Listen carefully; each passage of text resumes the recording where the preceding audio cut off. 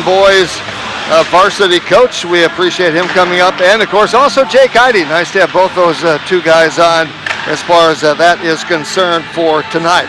We mentioned the standings. There's also some college hockey going on tonight, and Penn State's at Ohio State in the Big Ten. Minnesota State is at Michigan, and of course Michigan State's at Michigan, St. Cloud State is at Minnesota Duluth. Bemidji State at Bowling Green, Michigan Tech at Minnesota State, and Lake Superior State is at Northern Minnesota. So kind of fun to keep up a little bit on hockey. And of course, I can't pass up the opportunity to talk about my Gophers, since they are ranked number one in both the college hockey polls. 10-0. It's been a lot of fun, and they think they may be even a better team next year. But it's kind of fun because there were a couple of down years where you didn't see a lot of Gopher games, and it's been kind of fun to see that. So and you were talking about earlier, they're getting some TV coverage now, so that's nice for you. They've had a number of games on, but now they've added 10 more. So I'm going yes. But like next weekend now with the hockey that we'll have with 4 games next weekend, there won't be many chances to see a Gopher game next week. That's okay. Yeah, that's right. That's exactly right. And South Dakota amateur hockey is starting to pick up. The Lakers schedule really picks up here within the next 2 to 3 weeks. We're going every day almost, aren't we? Well, and interestingly enough, we mentioned next weekend with Aberdeen at Watertown. That'll be brought to you by Dakota Land. That's an 8 o'clock face-off Friday night, week from tonight. Then you have Sioux Center at Watertown, but you have Aberdeen at Watertown, the girls game at 4:30, which we're going to do. Yep. And then we'll have, of course, Sioux Center at Watertown, and then we go the next night to Huron and do the boys are actually on Sunday afternoon. Yep. So it will be a busy weekend next weekend. Yeah, so we're going to go on the road a little bit. I think we're going on the road 4 times this year, Jeff. So we're going to do all the boys' home games, and then we're going to go on the road for 4 games. Aberdeen, Huron, Brookings, and we'll have a live feed from Oahe. From Oahe, yes. Yeah. So those are the 4 games. Yeah. So if you're unable to get to the arenas or don't want to get to the arenas for some reason or another, just tune in KSDR, and we will also have a live feed also with our radio broadcast. Yeah. So you can go, I believe it is, to YouTube. Yep. And check it out, and watch it that way, and listen to us at the same time. Yeah. So we hope to be bringing you all the action if you can't get to the arena, but we prefer you get to the arena. Yeah. Now, one other thing we'll bring up since we're talking about that, we will not be streaming games, you won't be able to go to YouTube on games on the road. Correct. It'll be just radio voice. Just the radio voice, like the old time radio, like it's supposed to be. The old time, the old days. And we can still do that, can't we? We can still do that. It's a lot less stuff to haul around, I know that. Yeah, we've gotten to be IT folks up here trying to get everything to work at once and everything to come through. So it sounds to me like our live stream is up right now, and it's doing what it's supposed to be doing. So you can tune in anytime to the live stream. Well, Evolution Power Sports brings you tonight's game. But in between periods, we're going to talk with Josh Fierstead from Relia Bank. Between the first and second periods, between the second and third, we're going to talk with Steve Sheehan. Evolution Power Sports, of course, they bring you tonight's action. We're also going to sneak in Reed Holeen and talk a little bit about hockey as far as another arena, that type of thing. That's not dead yet, and hopefully. So we're going to talk with him. He's kind of taking that, spearheading that a little bit now. So we'll see what happens with that, but he would like a few minutes tonight. We'll see if we can sneak him in somewhere along the line and talk a little bit about that. I believe he's going to be going to the city council and another week from Monday and saying, let's get something decided here for sure. So we hope to have him. So we have a busy night plan, but we've had both coaches on. Appreciate that. Always fun to see, of course, Jake Heide. He's a great guy, and of course also Owen, and they appreciate all the coverage. You know, and the All-Stars come in without a win right now, but Jake's a fabulous coach, and he's going to put this thing together. And I really think you need to watch Huron. You look at their record and you say, oh, we're going to have a win tonight. Don't be so sure of it. Well, the thing that surprised me most was they went down to Yankton and got beat, and it wasn't like they got beat 4-3 in overtime. They got beat 7-2. Which I was a little surprised at. But Jake's not going to hide it. He said we need to find our identity. Nope, I wouldn't count any of Jake's teams out. We've seen him in the past, and we've seen him when he coached here.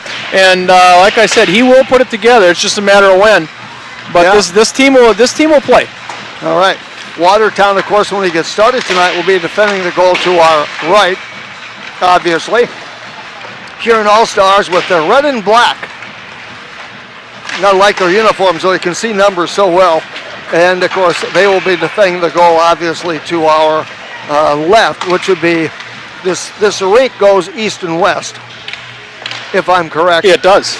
So Watertown's defending the west goal, and, of course, Huron defending the east goal. So we look forward to that. We have our officials tonight. We do. We have a guy by the name of Schrader. We have Ballas, Rice, and Horschef. So we've got Hershoff. But he's been with us before. He took a little time off from refereeing. Now he's back in the game. Yeah. And has always done a good job. We're nice to see him back. All right. We have Nick Benteen back at our studios tonight. By the way, these two teams played last year, and Huron won both games. Yep. 3-2 here, and 5-4 on the road. Yep. There's getting to be a little bit of history, I would say, between Huron and Watertown. A lot of times they're evenly matched, so it's getting to be a bit of a rivalry. Yeah. Well, and they've both been around forever as far as hockey's concerned, which is great. So we're glad to have you with us tonight on Evolution Power Sports Night. And we've got a good crowd on hand for this game. And Ross Lindgren is going to sing our national anthem. Can we use it? Can you see Watertown's early lights? Once so proudly we hailed at the twilight's last gleam, whose red stripes and bright stars through the perilous fight, o'er the ramparts we watched were so gallantly streaming. And the rocket's red glare, the bombs bursting in air, gave proof through the night that our flag was still there. Oh, say does that star-spangled banner yet wave o'er the land of the free and the home of the brave.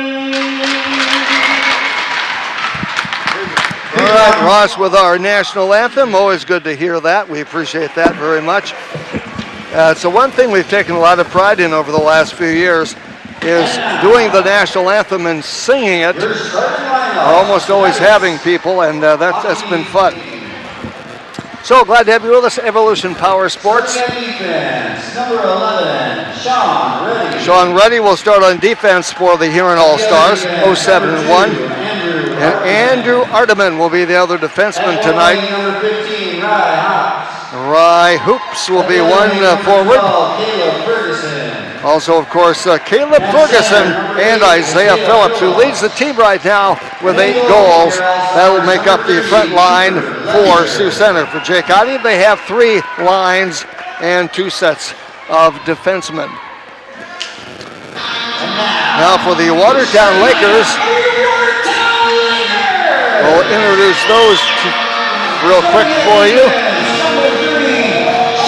And Parker Sheehan gets a start on defense tonight. He'll be teaming up with Grayson Bowling. Oh, he's going to go instead with Austin Mcbride. All right. Blair Boomsma starts at center tonight, actually a wing. His other wing will be Austin Green. Austin Green, the other wing, and then, of course, center will be Kyler Krantz. He has a goal and an assist. He's only a sophomore. Then starting on the nets will be Owen Mcbride, the junior, 1-3 on the year, 135 shots on goal, 116 saves. He has given up 19 goals on the year, 4.75 goals against average. And he's an .859 save percentage. He has 1 shutout on the year. Cooper Letcher starts for the Huron All-Stars, 0-7-0-1. He has a 7.39 goals against average, .846 as far as his save percentage is concerned. So Huron with the red and the black breezers, the red shirts, the white numbers, and the Lakers, of course, with the black breezers, if you will, the white jerseys, sweaters, and the dark numbers. So glad to have you with us. Jeff and Jim with you. Nick back at our studios. Nice to have you with us tonight. 1480 KSDR. Watertown Lakers hockey brought to you by Evolution Power Sports. And it'll be Isaiah Phillips facing off here against Max Evans, who starts at center tonight. And off the opening faceoff, Lakers win the draw. Boomsma gets to the puck along the far rail. His rink-wide pass, Boomsma to Green, back to Boomsma, gets deflected from the puck, goes back in the Lakers zone, neutral zone, picked up here, of course, by Parker Sheehan. Steps around a check that time, takes it to the corner, hoops defensively, getting back there, and now it's onto the stick of Phillips. Flips over the blue line of the Lakers, lost the handle just a little bit. Sheehan goes after that with Arteman over there. They both go down. They play it back here and does in the Lakers zone. Off the near boards, of course, and that is Austin Mcbride. Plays it in back in the Huron zone, picked up here by Phillips. Rink-wide pass to Rudabush. Then getting on it is Bott.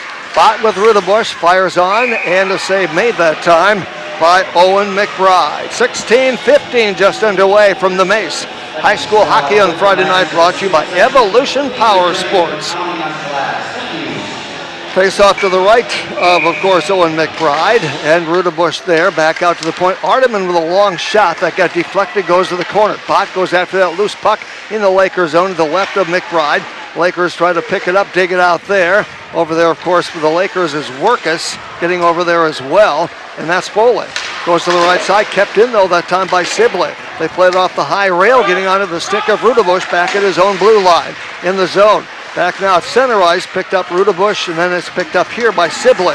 Sibley over the Laker blue line, plays it back in the Lakers zone, and Beebe goes back to pick up that puck now for Watertown. Stick handles, long lead pass, too far that time off the stick of Workus. Loose puck kept in that time by Bogue, plays it back in the Lakers zone, and Krantz goes back to get that early puck. Back in the Lakers zone near boards, it comes off here, losing a stick that time. Long pass that time. And that was, of course, played by Reddy. Reddy, 2 Reddys on this team, 2 McLeods on this team. Along the near boards here in the neutral zone, picked up here, of course, by Isaiah Phillips. He's played a long time. It seemed like he's a senior this year. Shot right outside the blue line, right on goal. Owen Mcbride with his second save so far. Yeah. Isaiah played on that team when he was for sure a freshman. It might have been a little bit of playing time as an 8th grader, so yeah. He has been on this team a long time. 2 minutes basically gone. Face off to the right of Mcbride. Lakers zone. It'll be Rudabush here. And of course, facing off, Cody Rudabush along the far boards over there. Lakers try to tie it up. Raymer was over there. Over there, of course, for the Lakers as well. And that is Max Evans. Loose puck back behind the Laker goal, putting a shot on that time a little bit with a pass. Lakers try to bring it out. They can't do so. Sibley knocks it down. Here goes Evans. Evans skates it, puts a shot on a bullet that goes wide. Getting to that puck, of course, is Mcbride. Plays to the far corner, picked up here, of course, by Huron. That's Reddy. Plays it back behind his own net, far rail. Lakers keep it in the Huron zone. Sibley picks it up now, works against Max Evans in the deep in the Huron zone. Shot, they score! Lakers got the puck, came out there and put it right past the far side of Cooper Letcher. The Lakers draw first blood with a goal at 14-19 of period number 1. Max Evans probably going to do a little double duty here at the center. It looks like he was in with Allard and Bramer on that third line as a center, and he found that thing right in front of the net and stuffed it. And for Max Evans, that's goal number 4 on the year. The Lakers draw first blood just barely 2.5 minutes into this hockey game. Along the near boards here, Kyler Krantz gets tangled up a little bit with Green. Loose puck there right at the blue line. We have a whistle at 14:07. So Evans, I think there'll be an assist on that play, but we'll see. 2-2 as far as scoring on the shots on goal. And the puck just outside the blue line with, of course, Krantz working against Phillips. Laker goal. Scored by number 10, Max Evans. Assisted by number 11, Jake Bremer. Evans from Bremer. Okay, Bremer gets the assist on that. That's great for Bremer. That is his second assist on the year. So 1-0, puck in the Huron zone, far side over there. Phillips tries to dig it out of the corner, back out to the post, kept in that time by Bowling. Now it's a 2-on-1, but Bowling knocked it down. Picked up here by the Huron All-Stars at center ice. In over the Laker blue line, left side. This is, of course, Phillips with 8 goals on the year. Picked up here, of course, far side over there by the Lakers. They'll break it out. This is Foley, off a skate that time. Loose puck at the blue line. Foley leaves it. Picked up here, of course, by Boomsma. Boomsma down the right side, puts a shot on, broken up that time by Sibley. It's poked to the far corner. Green goes after that loop puck. Sibley tries to man him up against the boards over there. Lakers couldn't quite get to it, and Huron has a 3-on-2 if they hurry. Down the left side they go. Lakers own a shot on, kicked out that time, of course, by Owen Mcbride. Loose puck here along the near boards, along the near rail. Bowling gets over there, picked up here, shot by Reddy, goes off the mark. Far side, Sibley tries to get to it. Knocked away that time to the Lakers. This is Evans. Max does such a great job with the puck. And of course, far side neutral zone. Huron digs it out. Green is over there along the near boards, runs his man into a check in the boards, back out here to Beebe. Beebe looks for a pass. Head it comes here to Evans. Evans so quick, tries to get separated from the puck. Shot that time. Had a man out front, Evans from Sheehan, but he couldn't quite do it. Parker Sheehan. Loose puck along the near boards here. Going after that puck, of course, is Sheehan. He has Beebe out there as well. And then Huron clears it back into the Lakers zone. And it'll be after that puck, Austin Mcbride. Gathers it in, far rail. Rink wide pass, loose puck out here. Evans, right side pass comes over to Beebe. In over the blue line, the Huron All-Star blue line. His pass back though got away. Intercepted that time by Huron. Down the left side they go. Trying to put a shot on, a little bit wide of the mark that time. Good effort though, nevertheless. That was by Caleb Ferguson. Puck up high in the air. Lakers at their own blue line with it. That is Workus. Lost it. And then Ferguson dumps it back into the Lakers zone. Back to get it, of course, will be the Lakers. Sheehan plays it around his own goal. Near side, rink wide pass, a little bit stretched. Long pass that time for Beebe. Couldn't quite get it. Now has it at his own blue line after a Huron player intercepted. He dumps it into the Huron zone, but it's deflected off a body right in front of us down here. Going after that loose puck, of course, is Tharp. Dumps it back into the Huron zone, picked up by Arteman. Arteman down the left side. The defenseman puts a shot on a bullet that goes wide. Lakers go after that loose puck. This is Tharp over here. Tries to dig it out. The Lakers do so. Nice play that time by Foley. Gets it onto the stick of Kranz. Kranz has it intercepted from behind, though. Nice forecheck that time by Phillips. Comes back out here along the far right boards. Picked up by Huron. They'll skate to the center ice area. Lakers intercept that one. Where the puck right now is Bowling. Bowling on defense. Near side over here. Steps around a check. Takes it down the left side of the Huron zone. Looks for a centering pass. Had a man right there. Couldn't put the stick on it in time. Loose pack is Evans. Gets it away from Tharp. They dump it back beyond the Huron goal. 10:37 just joined us. Lakers with a 1-0 lead. Max Evans with his 4th goal of the year. That's the difference right now. Picked up by Cranston. The slot puts a bullet on that goes wide. Picked up by Arteman. Arteman back behind his own net. Plays far side. Evans knocks it away. Picked up here by Sibley. Sibley along the near board, steps around a defender, knocked down that time by Foley at the point. Right there, of course, was Allard. Allard tries to get to the puck. Sibley clears it back into the Lakers zone. Back to get it will be Austin Mcbride. Some pressure that time provided by McLeod. The Lakers cleared all the way down the ice. We'll have icing with 10:02 to go in this opening hockey period. And right now, of course, Hockey Tonight brought to you by Evolution Power Sports.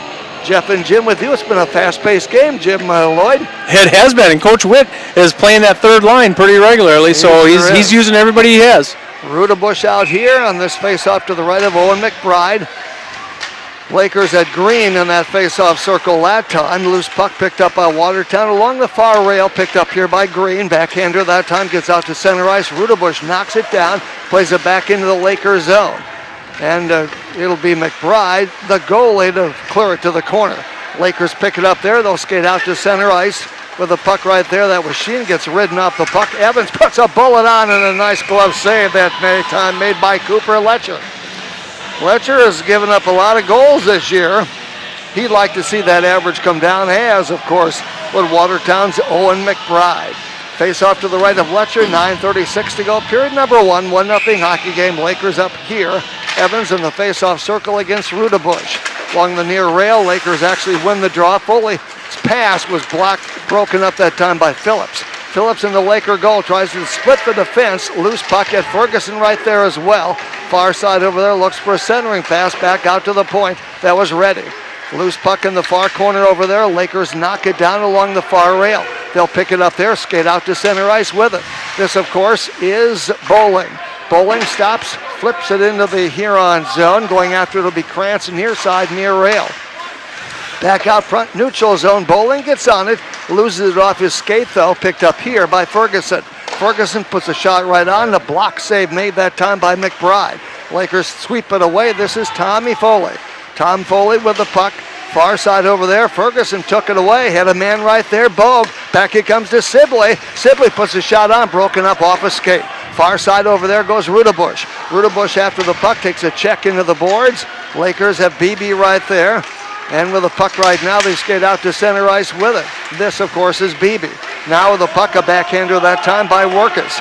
Workus, who was on the second line so far tonight, comes back out here as Huron comes up with the puck. Nice stick handling move that time by Jaden Bogue.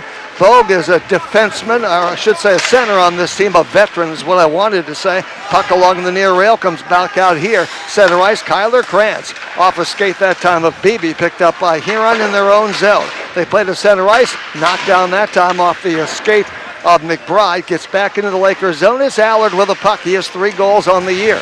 Along the near board, tries to dig it out, and he gets into some trouble with Burns out there. Centering puck, knocked away. Another shot, blown up that time by the Lakers. That was BB, and he flips it back out to center ice. Point blank, he blocked it. And back comes out here to Reddy. This is Sean Reddy. Sean with the puck right now, back behind his own net, plays to Ardeman. Ardeman with the puck along the far rail, back to the point. Couldn't hold the zone, though. Back in the neutral zone, it is Sheehan with the puck for the Lakers. Near side pass comes on to Evans. Rink-wide pass off the far rail that time for the Lakers, Bramer. Bramer goes after that loose puck, stays with it. A backhander broken up that time, 11-11. And it was Reddy that time that takes him into the boards. Far side, the 2 11s go after it. This is picked up, of course, by Isaiah Phillips. Phillips, a good stick handler, runs into traffic at his own blue line, and a shot right on goal that time. Save made off the stick of Austin Mcbride. Cooper Letcher with another save. He has so far 6 in this game, actually 5. Lakers thus far are doing a really nice job against Isaiah Phillips. He's the senior captain, and he's a scorer. But you can see the Lakers have been told, I think, to collapse on him right away. I think you're right. So Max Evans to the left of Cooper in the Huron zone. In the face-off circle, he works down there against Jaden Bogue. B-O-G-H. Centering pass knocked away that time by Ardeman right out front. Deep in the slot. Ardeman stays with it. Near side over here. Rudebush out front here. Back he gets a pass. Return pass that time from Burns. Back in the neutral zone. Lakers pick it up there. Knocked down by Huron. This is Bowling. Bowling at his own blue line. Stick handles it. Gets around one defenseman over the blue line. Takes it left side. Had his poke checked away that time. And it comes onto the stick here. And that was Rudebush. And Bowling goes back to work against him. This is Austin Green right now with the puck. Center ice. Backhander that time. Finds his man right side. Gets to Green on a give and go. Got sandwiched between the defenders. Gets ridden off the puck. Loose puck over here is picked up defensively by Huron. The Lakers keep it in. They hold the zone. A shot that time off a state of Bowling. Plays it out here. Foley at the point. Holds the zone for the Lakers. In the Huron zone. Puts a shot on. Kick save. Maybe they score! Or did they? No, he missed it. Oh, he missed it. I thought he missed it that time. How did he miss that? That was Blair Boone's. Yeah. He had it right on the porch, Jeff, and I think everybody in the place thought it was in. Well, yeah, even me, obviously. Long pass ahead, picked up here, of course, by the Lakers, and that was Mcbride. Loose puck picked up in the neutral zone, picked up here by Bott. Backhander goes into the Lakers zone, and Mcbride steers to the far corner. Over there, of course, is Tharp for Huron, works down there against Mcbride. You have 2 Mcbrides in this game, 2 McLeods in this game, and 2 Reddys in this game. Picked up by Sheehan back behind his own net, and is picked up there by Mcbride. Speaking of such, knocked down though by Bott. Bott and Mcbride go after that loose puck along the far rail, and the Lakers dig it out into the neutral ice area. Picked up by Huron, near side Sibley. Plays it back in that time, back behind the Laker net with 5:07 to play. A 1-0 hockey game. Lakers have been outshot 6-5. Game brought to you by Evolution Power Sports. Tharp gets behind the Laker net, goes down with one of the Laker players. Far rail over the Lakers, get on it. Cleared out to the neutral ice area. That was off BB's stick. Shot that goes a little bit wide, but reaching out with that left-handed glove was Owen Mcbride to make the stop. Sometimes a goalie will do that, and he could actually let it go. Yeah, Owen will do that once in a while. Once in a while, just to slow the pace down and give his team a little breather. Yeah, and Owen is smart like that. He can sense when his players need a rest, and he'll go grab it. So picked up here by Evans off the face-off to the right of Mcbride. Back in the Lakers zone, picking it up is Bowling. Bowling with a puck, plays it off the rail for Allard, but he didn't get to it. But Lakers do get to it. That, of course, that time was Bowling. Head it comes in the neutral zone. Lost the handle, picked up here. And that, of course, knocked down, and that was Rye Hoops. Hoops had a bad knee injury last year. Was out for basically all year. He looks pretty good this year, but he only has one goal. Hoops with the puck right now, picked up here by Evans. Puts a shot right on, and Cooper Letcher makes the stop with the left-handed glove. You talk about an injury from here on All-Stars. The Lakers had a season-ending injury from Ryan Riddle, and he just had his surgery today, so we wish him the best. And what a good kid, and they do miss him on this team. All right, so we wish him the best is right. Evans with another shot right out the face-off. Again, Letcher makes the glove save. Wow, it seems like it's been a long time since they got to the surgery. Yeah, they did. I'm sure they knew what they were doing. I'm not questioning that. Shot on that time to the Lakers, gets deflected in the far corner. Seemed like we knew that a long time ago to start the season. He didn't have surgery till today. So, it will be a road, but he'll get it done. Along the far rail over there with 3:56 to play. Loose puck comes into the neutral zone. Lakers get on it. And they get on it right onto the stick of Sibley. Sibley takes it across the line, takes it down the right side, goes around, lost the handle. He actually, I think, had a drop pass for Rudebush, but Rudebush wasn't quite there. Picked up, of course, by Arteman. His wink wide pass over there, long pass ahead for Rudebush, too far off his stick at 3:32 to go in the quarter. In the period, and of course, Lakers up right now, 1-0, and leaving shots on goal at 7-6. Loose puck along the near rail here. Picked up by Watertown. They dig it out of the corner. With it right now, with that puck is Green. Green skates in over the Huron blue line to the right side. Tries to get a shot off, and it was left it for somebody out there. That, of course, was the Lakers. That was Boomsma. Couldn't quite get the stick down on it. Boomsma out here, and then, of course, you have Kyler Krantz, who backhands it back into the Huron zone with 2:55 to play in this first period. Long pass around the boards it goes. Reddy couldn't quite get to it. McLeod did, and McLeod comes up with it. Backhander that time. McLeod dumps it in. He wears number 19. Back, of course, is Owen Mcbride. Plays it out to the point. The Lakers come up with it. This is Max Evans. 1-on-2, actually 3. Gets ridden off the puck from behind that time by the Huron All-Stars. That was Grady Bott. And at the Laker blue line, this is Sibley, and Huron is offside at 2:25 to go in the period. Lakers have outshot them 9-6 in this first period, and they lead on the scoreboard 1-0. Good play by Grady Bott there to catch Mason Evans or Max Evans from the behind. Not many kids in the league will do that. Josh Fierstead from Relia Bank, we'll talk with him in between the periods, and hopefully as well, we'll talk with Mr. Reed Holing.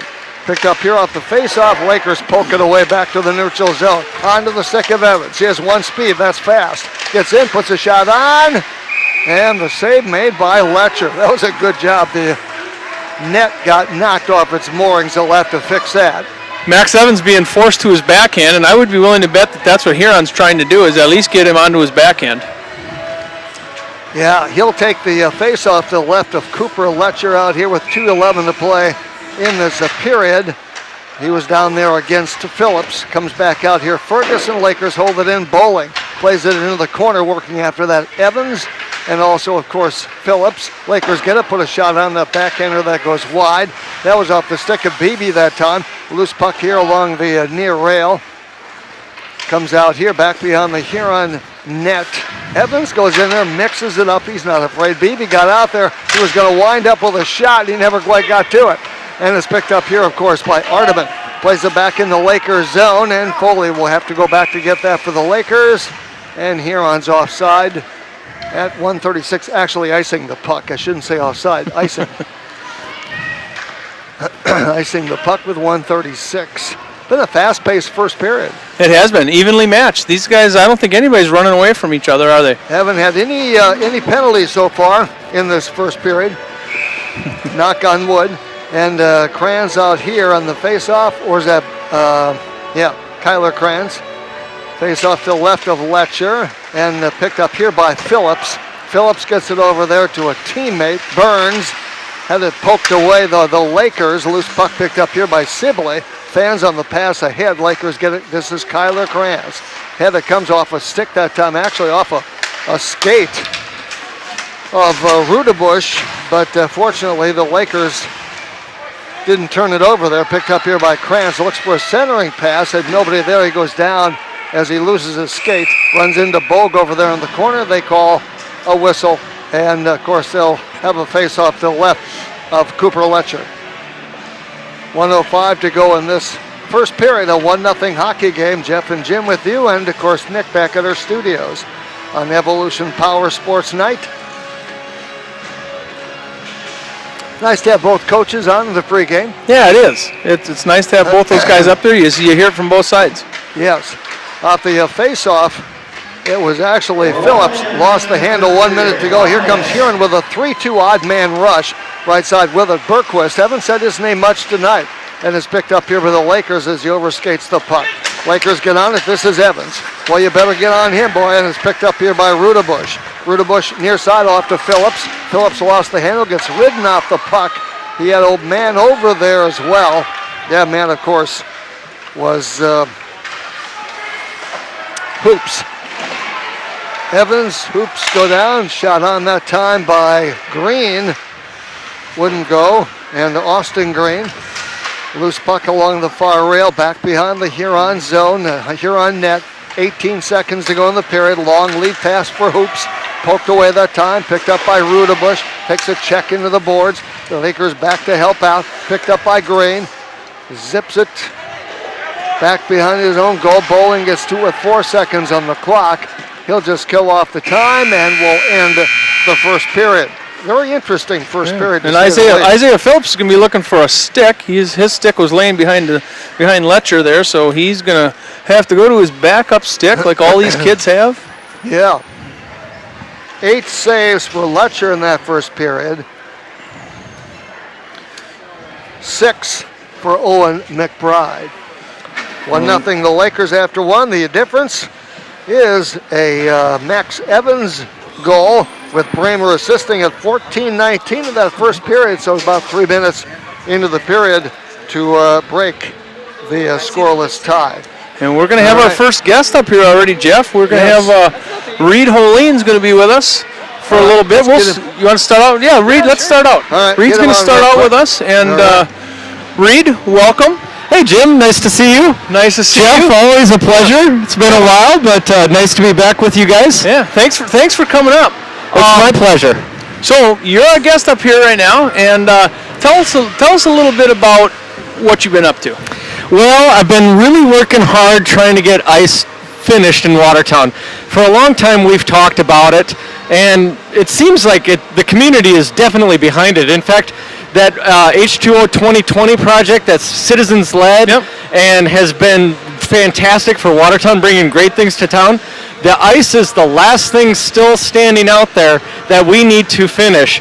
And also, the voters of Watertown overwhelmingly approved a bond to fund an ice rink, as this was 7 years ago. And we've had some money, and it's been dwindling down. But we have an obligation, I think, as a city to fulfill what the voters voted on 7 years ago. And I think now is the time to do it, because there's been a lot of talk, and nothing has ever quite gotten done. And I think that it's now or never. It really is. We have to get something done in this community. We've talked about it long enough, and we just need to get something done. I mean, this Mace Ice Arena I love this place, but really it has been surviving longer than what anybody ever thought it would. And the city has to step up and start building a new ice facility. Otherwise, we have to start doing it now. Yeah. I agree. And Monday night, this kind of came up to a head again. Last Monday night, it was kind of quiet for a while. And I think, many of the ice users in the community would probably thank you for bringing that up. But you do have a little bit of passion for this. Well, I really do, because I feel that when the voters of Watertown voted for this, we made a promise as a city at least me, I believe in fulfilling your promises. We need to do this. Plus, there is the added incentive that there was money set aside in a fund to build ice, and now we have other big money projects coming up to the city. Yep. They're worthy. I'm not saying that they're not, but like one of them is the new city hall. And the idea is to pay for the remodeling with money that was set aside for ice. And this is over $2 million. Now, if you take $2 million that was set aside for ice and you spend it on any other function, it just sets ice that much further back. And I really think that if we keep spending money set aside for ice, we're going to eventually end up with none. The Mace will crash out, and we will be a city without ice. We will literally take Watertown back to the early 1970s and force citizens to form everything all over again. But we will never get back to where we are now. We have the user groups, we have the passion, we have the people. There is the impetus. We have to do this now. And I'll tell you what, I made the call. A couple people have said, rattled a few cages. I need people, everyone out there listening, I need you to believe this time it will be different. Because everyone always says, we've been down this road before. I need people to believe with me that this time it will be different, because we have to make this happen. No more excuses. So in your mind, there's a lot of projects always on the docket, very good projects on the docket. Yes. Ice is one of them. So in a realistic world, what would it take to get this thing done? Well, what I really think that we need right now is we need to prove, I call it the proof of concept, to use a business term. We need to prove again that the citizens want this. Now, we know this, but it's been so long and people have been jaded because they've been, dragged along for so long that it's like, okay, I'll believe it when I see it. I need a bunch of people to believe it, and then we'll see it. And I think that what we need is citizens. We need citizens pledging support. That's money. That's time, that's ideas, and then I believe that I can get the city council to vote for ice. Great. All right. So what can the average citizen do? What I would say is I need support. I need a lot of support from the community. I would say contact me, Reed Holing. I'm kind of taking the point on this. I am the head of the ice committee in Watertown at the city council. So go to the city website, email me. The email is rholien, that's HOLIEN, at watertownsd.us, or I'll even give out my phone number, 605-886-4330. Again, that's 605-886-4330. I have a lot of very good people helping me. I mean, Jim, I know that you're helping me. I've got a lot of support from the community. I need more. Let's get this done, Watertown. Let's do something great for this community, something great for the kids, and let's be the people that make this happen finally. Right. And I'd like to thank you personally, Reed, and of course all the ICE user groups. Thank you for bringing this up again.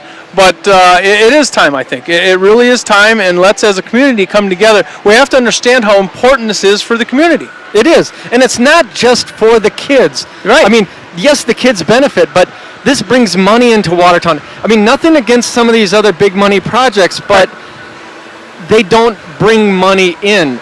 ICE does, and it will. And I will say, I've been working on some really amazing things that will happen with ICE. Everyone's always waited for the first domino to fall. And I believe that I need to make that first domino being the community showing support.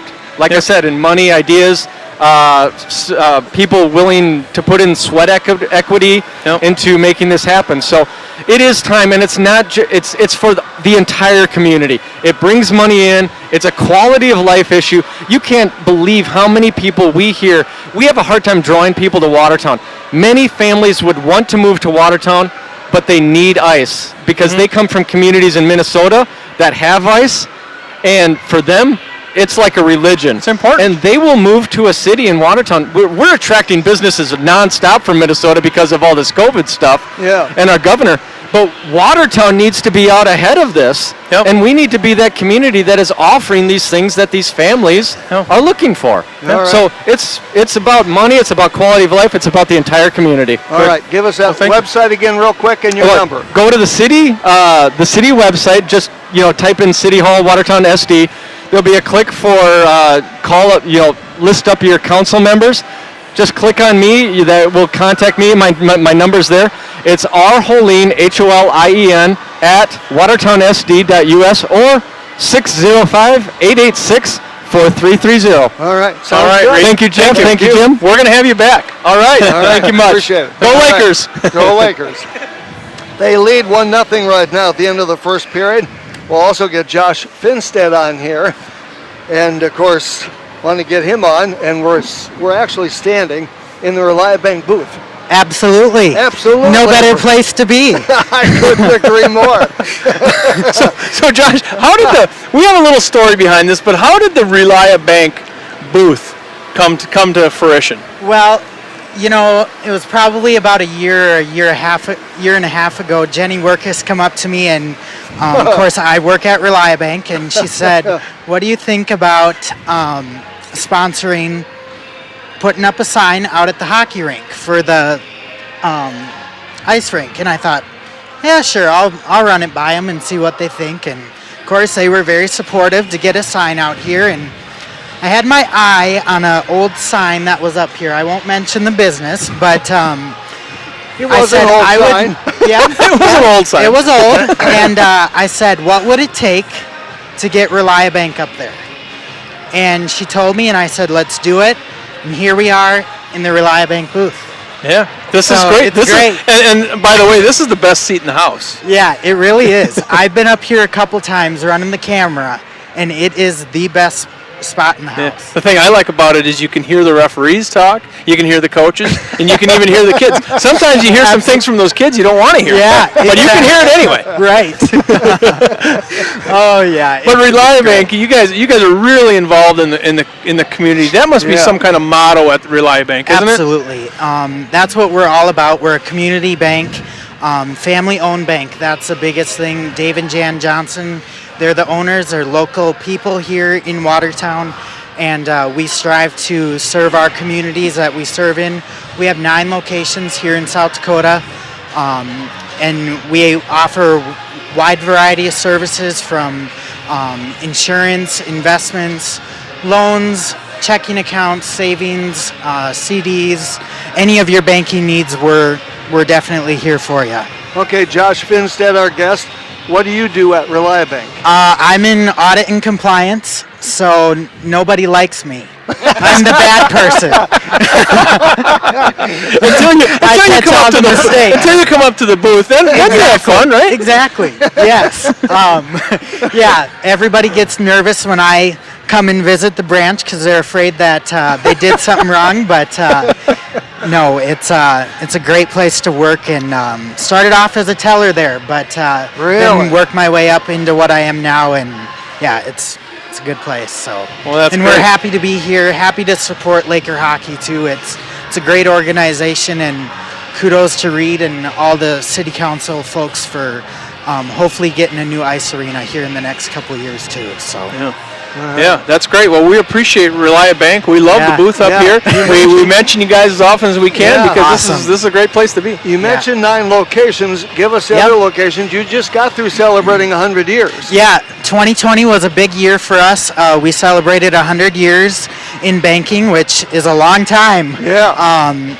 So our locations, we have 2 here in Watertown, then we have 1 down in Esteline, Hayti, Hazel, and then we moved down south to Humboldt, Hartford, T, and then Sioux Falls. Where was wow. the very first one? I believe the very first, I want to say we started off in South Shore, and at that time it was Farmer State Bank. Oh, And then the okay. Johnson family bought it out, and our headquarters is actually down in small town Esteline. That's what I thought. So Yeah, Yep. That is great. Yeah, it's it's fun to look back on the history, especially of the 100 years. It goes back a long ways, and we're hoping to be here for many more to come. So how long have you been in the banking business? You yourself? Yep, I've been in there 3.5 years. All right. Attended Southeast Tech for banking, and then come back here, and they hired me for my internship there, and as a teller, and worked my way up. So Well, that's great. You've got a good future. thank you. Yeah, I appreciate it. I hope so. Another 100 years. Yeah, exactly. We hope. That's great. Once again, we thank you for all you do for the ice arena and the Absolutely. community. You know, we hear your guys' voice at every special event in town. All kinds of things. You're always front and center. So that's great for the community. Absolutely. Now, the one Glad thing to do it. you probably could do, you could maybe put some new carpeting up here. Yeah. You know, it kind of looks that way. Maybe we could work something out for next year. Some green shag. Yeah, there we go. I like that. I couldn't resist. Absolutely. Jim and Jeff, good to talk to you. Thanks for everything. So Yeah, good. Nice to see talk to you. Yep. Yeah, thanks for all you do for Thank you. hockey. Keep up the good work. Good. Thanks, Reed. Thank you, Reed. All right. So we will, of course, in between periods, second period, we'll talk with Steve Sheehan. We'll talk about Evolution Power Sports. So fun to get those two gentlemen on. I say with, of course, Josh.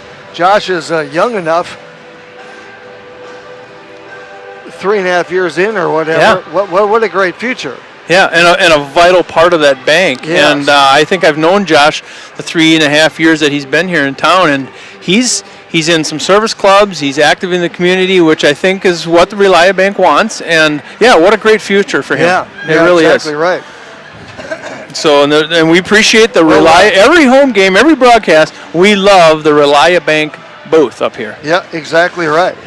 So that's great. I think that the story also goes a little bit further than that, as far as the sign or whatever. I think Jenny talked him into having maybe a little bigger sign than the one we had before. I think Jenny upgraded him a little bit. They kind of said we're going to do this much, and she said, no, I think you should maybe have a little bit bigger sign. And of course, Relia Bank, they're famous for not saying no. You know, anything in the community. They sure do support everything you ask for, and we should mention the cookies. They left cookies. Yeah, they left cookies. Yeah, this is I think this is via Jenny Workus. Yeah. Josh delivered those for us, so we appreciate the cookies. Yeah. If we can get a free moment to eat those, right? Yeah. And in this game, there's probably not a lot of free moments, kind of up and down, and the game is pretty much a wash, really. It's 1-0 with the Lakers winning 1-0, but 9-6 on shots, and it's kind of a dead heat. Yeah, it really kind of is. Now, of course, we look at this, and Huron will be defending the goal to our right, which is the west goal. Watertown, the east goal, to our left. You're the farthest from the bench, and that always creates some interesting problems. Yeah, it's harder for the kids to get off the ice in a timely manner, and sometimes they can't get off the ice for an extended period of time. And you'll see some different strategies when you're away from your bench like this. It's the coaches kind of adapt a little bit when they do switches. That's right. So we look forward to that. Next broadcast will be a week from tonight. That'll be Aberdeen here, and we'll bring you that game as well. That'll be about a 7:45 start with the pregame show, and then we have 2 games for you Saturday, a week from tomorrow, with the Aberdeen girls here at 4:30 in the afternoon. Then we'll bring you the Sioux Center boys in Watertown, and then the next day we go to Huron, bringing that game strictly on radio, and that'll be a 3:30 face-off. It's always fun to with do these that. Guys. It's always fun to do the girls game and then the boys game, both varsity games back to back. That's always fun. Yes. So we're glad to have you with us tonight. Evolution Power Sports. We'll talk with Steve Sheehan in between the second and third period. We're set to go with period number 2. Lakers up 1-0 as we get set to drop the puck. And here we go. Lakers actually win the draw right at center ice. Poke checked away that time from Ferguson in the neutral zone. Lakers get on it. This is, of course, Green. Green for Boomsmo with him as well. They get it across the Huron blue line. Trailing on that play, of course, is Mcbride on defense as a sandwich between 2, then picked up here by Arteman. Arteman plays it back behind his own net, but he runs into a check there. Lakers putting the pressure on. That shot that time broken up in traffic. Another shot, they score! Mason, that's Max Evans. I think he's going to maybe get credit for that, but that shot went into Max Evans' jersey, and I think he kind of gave it a nudge into the goal. He kind of looked back at Blair Boomsma and said, what just happened? But I think they're probably going to give it to Max from Blair, maybe? All right, we'll see. We'll see if they give it to Max from Blair. I think Max just kind of happened to be standing there, Jeff. So, good job by Max anyway. He's always in the right spot, it seems like, so he did it goal again. number 5 on the year. He's got it right now. Puts a bullet on that goes wide. Rebound comes out here. Rudebush gets on it for Huron. Lost the handle. Gets out here. They clear to the blue line. Shot on. We have a Watertown Liquor goal, scored by number 10. Yep, Max Evans. Assisted by number 4, Blair Boomsma. Yep. All right. Boomsma to Max, just like we thought it was going to go. That's right. So Evans has 2 goals tonight. That's his 4th and his 5th. And for Boomsma, his 2nd assist on the year. And the shot out front, and it's covered up that time by Cooper Letcher at 15:53. How many times have we talked, you and I, over the years about the first 2 minutes of a period to start and the last 2 minutes when a lot of goals get scored? It's huge. The second period's always huge for every team, especially that first 5 minutes. Yeah, and especially for Watertown here because Huron hasn't won a game yet. And so in Huron's case, you get behind for too many goals, they kind of lose that enthusiasm a little bit, if I can use that term. And then you can kind of play. You can relax a little bit when you have a lead, which the Lakers have now, as BB gets on it in the Huron zone.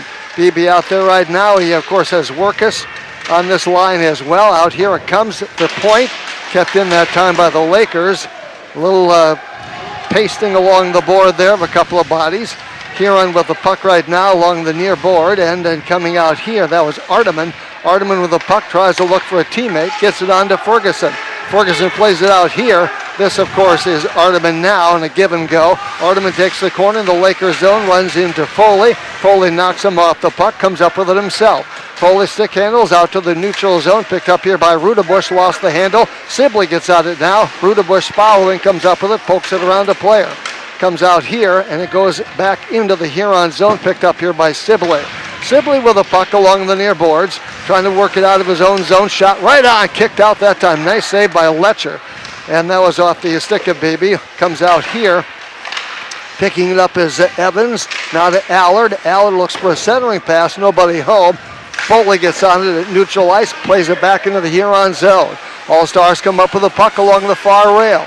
They play it off ahead now for Rye Hoops. Hoops gets a hip check and he goes right over and goes down. A little check there. Max Evans puts it around Sibley. Evans with his good speed has 2 goals tonight. Looks for the hat trick. Gets ridden off the puck. Picked up here by Sibley. Well, this period is getting a little more physical than the first period a little was chippy. for sure.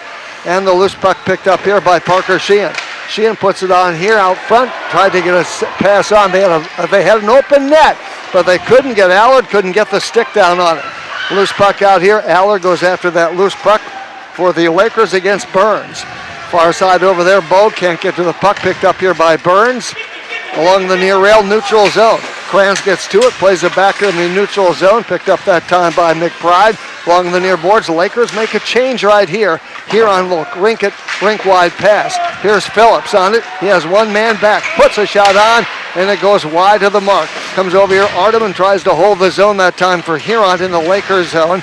Picked up here by Arteman. Puts a shot on. Broken up in traffic. Kicked out that time to the Lakers. Back to the point. Held in by Reddy at the point. Puts a shot on that goes wide. Over here, Bo gets to the puck for Huron. Plays it back in the corner. Isaiah Phillips with 8 goals so far this year. Works down there against the Lakers' Bramer. Back behind the Laker net. Far corner there. Picked up here by Phillips. Phillips works his way in. Puts a shot on. Broken up in traffic. Another shot kicked out that time by the Lakers. And it comes out here in the neutral zone. On it right now is Kranz. Pass right side for Green. Steps around the defender. Gets ridden off the puck. Poke checked away. Boomsma gets out there right now. Bowling as the Lakers make a change. Bowling in the neutral zone. Picks up the puck along the far rail. Plays it ahead for Boomsma. Too far for him. Picked up by Huron. They'll clear to the far rail. Going after that's Rudebush and also Green. Rudebush wins the puck. He comes up with it as Hoops to his left. Puts a shot on that gets deflected back behind the net. Hoops out front looking for a goalie and a goal and some garbage, and the Lakers pick it up, keep it away. They book it out to the neutral zone, right side pass for Green.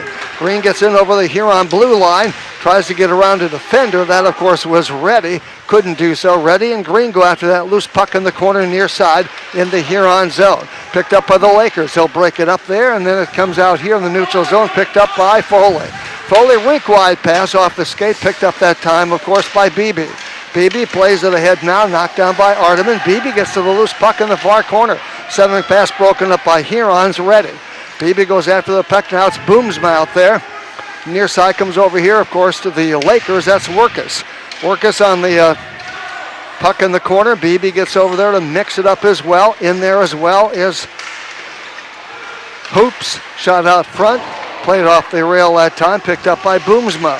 Boomsma backhander that time. Broken up in traffic. Letcher jumps on the loose puck out in front of the net. We're going to have an interference call here, and I think that's going to be on Huron. That was Beebe standing in front of the net, and he kind of got taken out from behind. And our referees called that one, and that's going to be Reddy, Sean Reddy is going to sit for 2 minutes for interference right in front of the net. 11:28. So the Lakers on the power play this year, 20%. But they have 6 power play goals. They have 4 shorthanded goals, but 6 power play goals so far this year. The face-off coming to the right of Letcher. And that, of course, was the Lakers' Krantz. Centering pass out here. Huron clears it all the way down the ice at 11:20. Clock running in period number 2. Lakers up 2-0 right now. Max Evans with a pair of goals. Long lead pass that time by the Lakers. Picked up that time by Green. Shot on, and they score. A shorthanded goal there by Isaiah Phillips. Kind of picked the pocket of Green. They were trying to move it out of the zone, the Watertown Lakers were, and Isaiah Phillips picked his pocket. His 9th goal of the year. And we know Phillips is a scorer. He has been for many years for Huron, and he's a guy you don't want in front of the net by himself. So a shorthanded goal gets Huron right back in this hockey game. And Berquist goes back to get the puck now for the All-Stars. We have a Huron All-Star shorthanded goal scored by number 8, Isaiah Phillips, assisted by number 12, Caleb Ferguson. Ferguson's going to get the assist on that one. Ferguson to Phillips. That puck is out of play down in front of Letcher. All right, went up over the net, out of play. 10:53, so it's a 2-1 hockey game. And it'll be Krantz facing off here for the Lakers. Yeah, Sibley will get out quickly. And Huron again gets it, and they'll slap it all the way down the ice. Even though Huron scored shorthanded, Watertown still on the power play. And of course, Max Evans goes back to get that loose puck. He'll bring it up ice himself. He has that good speed, of course, that good little second gear. Works it around, looks for a centering pass, didn't have anybody there. Boomsma comes up with it at the point. Boomsma with a puck along the far rail, left side. Still with it, stick handling, circling. Shot on a one-time blast that goes wide of the mark, kept in here by Evans, weak side. Puts a blast on as well. Comes back out here to Boomsma. Plays it into the corner, going after that loose puck, of course, is the Lakers. Looked like maybe Bowling out there. Now comes back to Boomsma, to Bowling in the corner. Boomsma looks for a centering pass that time. Another one shot, one-timer. Deflected that time, comes out to Sheehan. Sheehan at the point. Sheehan with a puck, lost the handle. Now it's a 2-on-none as they work their way back.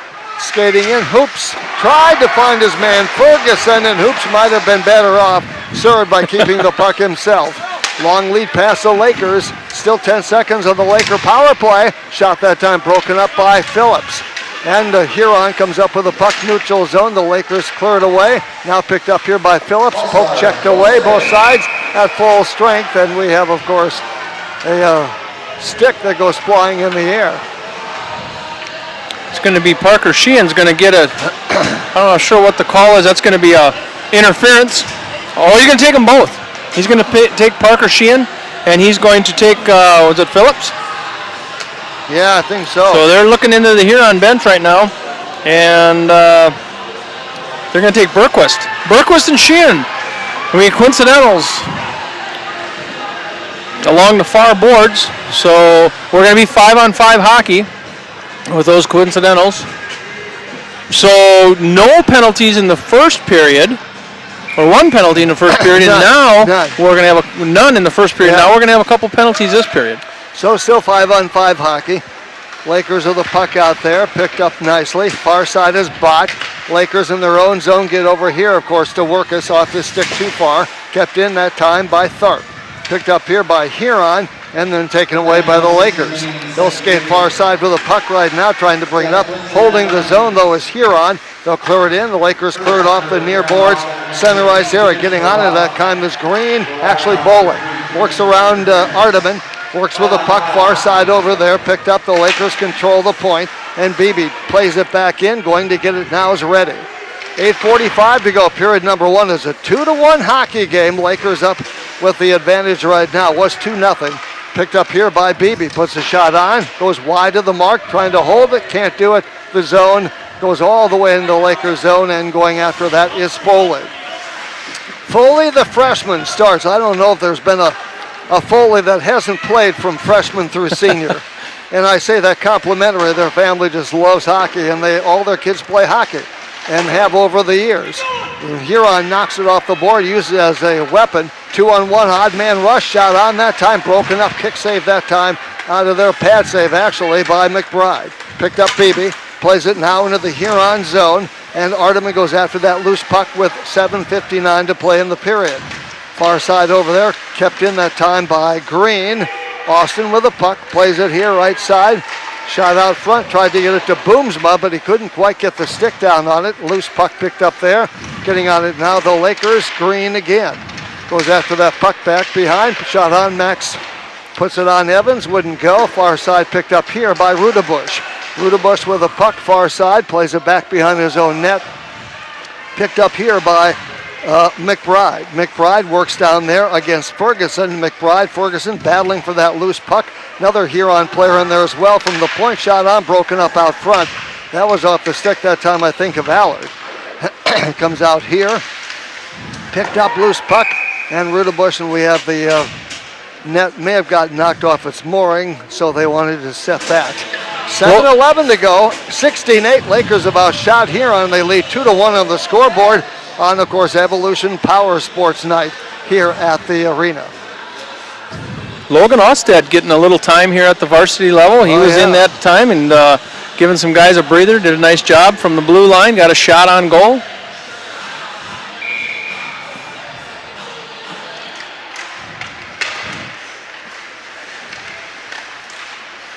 So 7:06 to go in the second period. Ostad started earlier in the year. Not out there right at the moment, and loose puck picked up here by the Lakers. And it comes out here, knocked down that time by Foley. Picked up, loose puck in the neutral zone, picked up by Bowling, plays it off the far rail, goes off a body. Loose puck picked up by Huron at their own blue line. With the puck long pass too far, Foley has to chase it down. Back in his own zone, Burns giving chase. Bogue over there as well for Huron. They play it back behind the Lakers net. The ricochets off, comes out here, picked up by the Lakers. That was Workus behind Kranz, picked up here by Sibley at his own blue line. Plays right side, but getting over there with good hustle, the Lakers. BB is over there, plays it off the far rail, back beyond the net with 6:12 to go in the period. And it's 2-1 Lakers with the lead. 16-8 shots on goal, Watertown the advantage. Loose puck in neutral zone, picked up here by Bowling at his own blue line, gets ridden off the puck a little bit by Bogue. His pass out, knocked on, the pass save made that time by Mcbride. As Huron puts a little pressure on, now the Lakers break it up ice.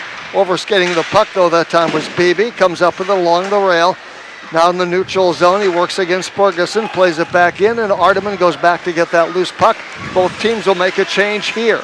And getting out there is Allard. Bramer on this line, and also Max Evans. Out centering pass that time. Evans couldn't get to it. Picked up here by Ferguson. Kicks a big check that time, and is picked up here by Artem in the neutral zone. We're going to have a whistle here. A delayed penalty coming up here as a hoops goes down. And I think they're going to pull Allard. Yeah, I didn't see that one. I was looking at the contact at the blue line with Evans. And Berquist there, and Allard's going to go in for 2 minutes, and he's going to get a roughing.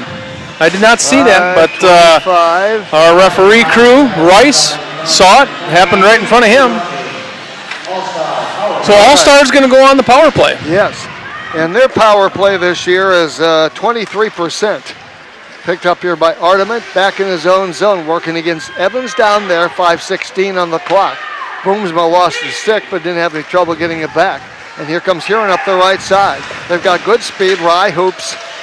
Tall, lanky kid. Had Bogue there as well. Lakers poke check it back into the neutral zone, and going after that loose puck is Boomsma. He'll put pressure on Artiment. Artiment has to come up with it. Near side over here. They take it back behind their own net now. The All-Stars with the puck. They play it back here near side. Getting on it is Bogue. Couldn't get it. Over here it comes to Phillips. Has the only goal for Huron so far in this game. Takes it back behind the Lakers net. Their Huron's on the attack here on the power play. But their goal came on a short-handed situation. With the puck right now, the Lakers, Kranz puts a shot on a bullet that goes wide. Workus shags it down to the corner. Stops, puts on the brakes, gets it back out here to the point. Watertown made a change. We have a whistle. May have had a man offside there. We have too many on the ice, you suppose? I think it was too many on the ice. Yep, that happens right in front of the bench all the time. So As Bowling came out, and getting off was Mcbride, so they said too many men on the ice. Yep, that's what happens, you know, when we have this second period, when they're trying to change and the puck ends up in front of your bench. It's almost impossible sometimes not to have too many men on the ice. It's just a matter if the referees see it, and Schrader saw that one. Yes. So face-off just outside the Huron All-Star blue line. So it's going to be 3-on-5 hockey here. 3-on-5 hockey. And in there right now is Riefenberger serving that penalty. So now 5-on-3. If Huron with a chance to catch up here and tie the game. And of course they get it over to Reddy from Phillips. Deep in the slot, comes back out here. Rudebush to Phillips, right side. And that's for still 40 seconds to go. A 5-on-3 for Huron. Comes back here, Reddy puts a shot on. A bullet that was deflected a little bit, goes to the far corner. Max Evans goes down after that puck. Comes over here to Phillips, taken away by the Lakers. Green lost the handle, played back into the Watertown zone. Rudebush comes up with a puck, plays it back over here for Bogue along the near boards. 3:46 to play. Lakers get on it and they clear it. It goes off a skate back into the Huron zone. 14 seconds, and guess what? Bowling goes after that puck, and they go hard into the boards going after that puck. Where is it? Under a body. And of course it comes out of there, and then Bogue goes down. He's going to take them both. By Reddy. He's going to take them both. Reddy and Bowling kind of got tangled up. Bowling went charging into the corner to try to get to that puck. And Redding went down, and both of the guys had hard time getting up. And they're going to get a cross check and a hold, I believe, Jeff. It doesn't matter. They're both 2 minutes. So Bowling and Redding. That's Sean. Reddy. That's Sean. He's going to sit. That's his second penalty. So we're going to have. Offsetting. Yeah, that's going to be offset. So we're still going to be 5-on-3. Yes, for 4 seconds, then it'll be 5-on-4. And of course now it'll be 5-on-4 as of right now.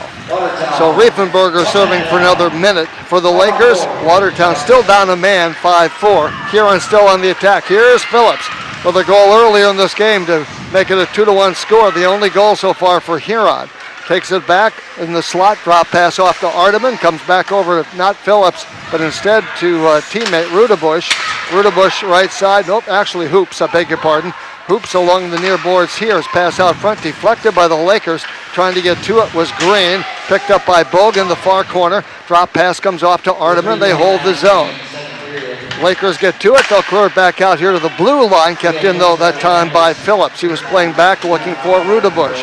Far side over there, Lakers get to it, they play it all the way back, and it trickles across the blue line. Arteman back in his own zone with 10 seconds. Looked like the Lakers might kill off a 5-3 disadvantage here. 2.5 minutes to play in period number 2. With the puck right now, the All-Stars. They play it 5-on-5 over here, 5-on-5 again, picked up here that time by Mcbride. Phillips has to go after that loose puck. He's played against Max Evans. Max almost comes up with the puck. It takes it away. Comes back out here. They kept at the point. Shot right on. The glove save made that time by Letcher. That was off the stick of Austin Mcbride. McBride looks comfortable out there playing at the point, playing on defense, doesn't he? He does. He's done a really nice job. I was going to say that earlier. He's made some really nice plays on defense. Looks like he's done that before. All right, 2:09 to play, period number 2. Lakers up 2-1. Each team has scored in the second period. Face off to the left of Letcher as Arteman quickly gets out there. They were down a man. Lakers will have Evans. They chase Bott out of the playoff circle, face-off circle against Evans. And Huron actually wins the draw. It's a 3-on-1 if they'd really hurry here against Sheehan for Bott, but it was a little bit behind him. He can't run it down. Hoops trailing on the play, comes up with a puck. Takes it back behind the Lakers zone, looks for that loose puck. Picked up that time by Bott. Lakers take it away. This is BB. Long lead pass too far that time for Evans. Lakers get back to it though. BB comes up with a puck across the blue line.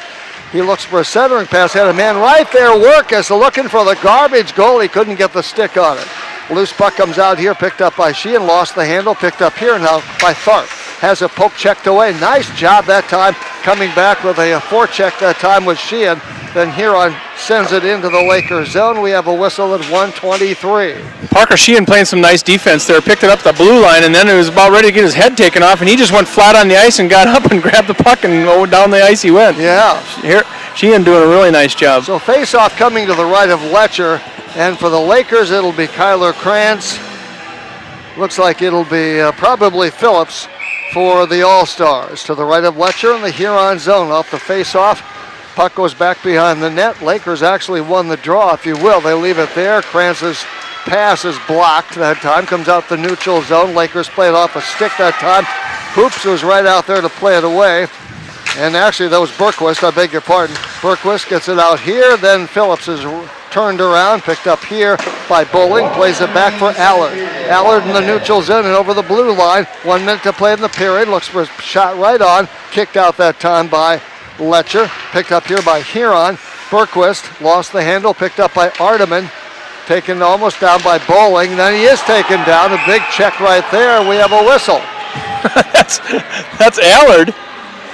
That's Trey Allard. Second penalty for Allard.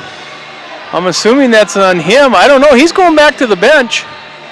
Oh, they called him offsides there, Jeff. Okay. So Allard laying the lumber there for really a small guy. He laid the lumber on one of the Huron All-Stars. 43 seconds to go. A clean play. The draw. They played into the Huron zone. Boomsma's out there right now. Green on this line.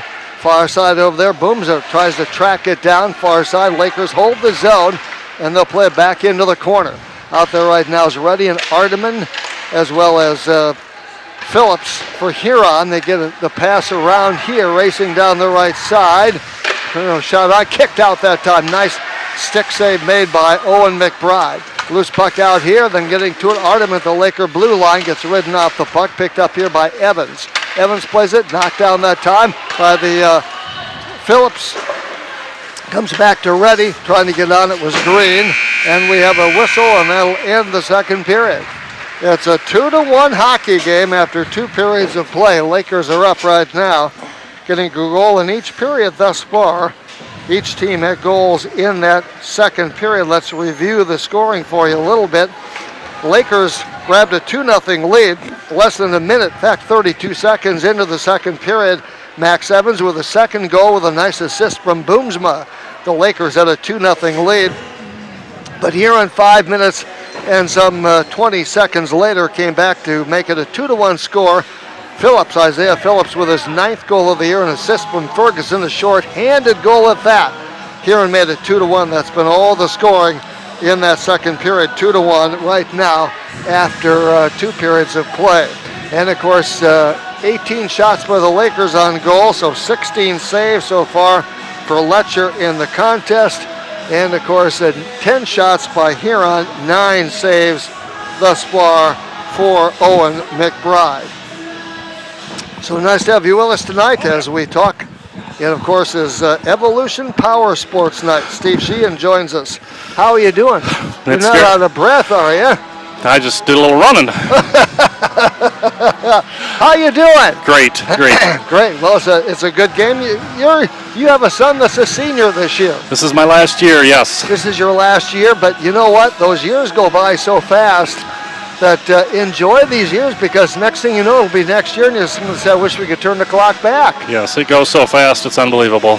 Yeah. So what do you enjoy most about this as being a parent? There's been many years, but now you're coming close to the end. Enjoy this year. We are enjoying the heck out of this year.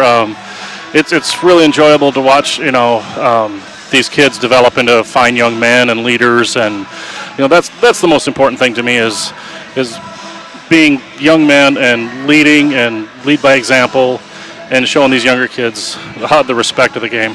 Well, and the fun thing is too that Parker's looked very comfortable out there this year. He has a different role this year, and he's one of the captains, if I'm correct. Yeah, so that makes life a little different too. He is the captain of the team, and he's been dealing with some stuff internally with those kids and really stepping up. And he said, Dad, I got a little uncomfortable thing I got to take care of. And I said, well, that's part of your deal. And he took it on and took care of business and nipped it in the bud, and life goes on, and they're all doing good. And that's great to hear. So does he have any plans when he's through playing hockey as far as high school level? Does he want to do something further than that? Do you know? He is already lobbying to coach for next year. He wants to be one of the Laker coaches. I don't know where they might put him, but he for sure is talking about it quite a bit. Well, it's a great chance to stay close to the game that you really enjoy and still be a part of it. Absolutely. Yeah, that's good. You never get too many coaches. No. And then, of course, young people, it's even better yet. Yes, keep the game moving. Yeah, that's exactly right. Evolution Power Sports. Let's talk about a little bit what's going on out there these days. Yeah. A year ago, I was up here visiting, and we were talking about the Sylvan pontoons that we took on. Yeah. Well, in addition to the Sylvan pontoons, today we signed with Mastercraft Towboats. So we are going to be we're the world's newest Mastercraft towboat dealer. Really? That's kind of cool. Yes. So we'll be bringing some of those in here. I guess they'll be coming in the next few weeks. Okay. So talk about Mastercraft Towboats. They are one of the premier towboats in the world. They've done some national competition boats, and the wake boats are the new thing with the high towers, and they've got a complete line of the wake boats and the towboats and the ski boats. The ski boats don't really put much of a wake, and then the wake boats, they want a huge wake for jumping those wakeboards. Oh yeah, okay. And the towboats? Mm-hmm. They're all designed towboats, so they don't go, 100 miles an hour, but they're super strong. They pull you out of the water quick. They get you moving along, and the slalom and the wake boats are just unbelievable. So it should be ideal for most of us that live out or go to the lake or whatever and like to do water skiing, all those other things. This should be the perfect vehicle for that. It is. It is going to be just wonderful. And again, those Sylvan pontoons we took on last year have been just fantastic. We sold through last year, and we've got about a dozen 2021s in already, so they're right in the showroom floor, yes. Okay, which is great. So you got all kinds of neat things happening out there. Yes. Which makes it exciting for you people, and it's exciting for the people around here, this area, because you serve more than just Coddington County, Watertown, but it's got to be exciting as far as those people that like to get out in the water. Yes, this technology age, we sold some units to Wisconsin last week. Really? Yeah, that's cool. It's unbelievable. With the way the inventory is right now, the suppliers are slow to get us stuff, so people are traveling quite a bit and finding what they need, and they're coming from all over, and our marketing is wonderful, so you know what we have by looking at our website. Well, and talk about your website, talk about the area that you serve. Well, typically we serve a 100-mile radius, is our local area. I get calls frequently from the New York area. There's Evolution Power Sports there, and they call us frequently, and I just tell the people, I said, you can tell that they're calling from far away based on their questions, and the way they talk. Yeah, yes. I'm sorry. And I say, did you know you're calling from South Dakota? No, I'm over here in Ripley. So, okay. I said, well, we have a really good marketing department, so if you clicked on it from our website, that's why you got us. So we reach far and wide, but typically 100 miles is our zone, but we reach much farther than that. It's not unusual to sell to the Minneapolis metro area, Omaha, very common. Well, and that's a real feather in your cap. At least I would think it would be. Absolutely. Absolutely. Yeah, and so many times if you sell to those people and they're happy with the product, they're going to come back. Yeah, and we do our very best to take care of every customer before and after the sale, to keep them as happy as we possibly can. All right, so you have, what other things have you got going on? We got snow out here. You can help us out with that. We've got the snowmobiles in stock. We've got a few four-wheelers. Side-by-sides are a little thin, but we can still accommodate side-by-sides. We also took on Shoremaster boat lifts this week. In addition with those towboats, you just had nothing else to do, huh? Yeah, you got to have a lift with those. So we had to bring in some lifts, and we made a deal with the Shoremaster. We're doing docks and some Voyager docks as well. Boy, what a nice partnership, huh? Yes. Where are they headquartered out of, if I may ask? Shoremaster's out of Minnesota. Voyager's out of Minnesota. Okay, so not terribly far to go. Fairly local. Yeah. But when you start talking about people in Wisconsin that come over and get things, that's kind of cool. But it goes to show you that people that like to fish, like to be on the water, they'll go to a lot of lengths to get what they want. Absolutely. The fishermen, the ice fishermen are crazy with what they'll do and what they will outfit their machines. It's nothing to put a cab and tracks on a machine so they can pull out their big giant ice shacks out in the lake. So tracks are a big part of our business as well.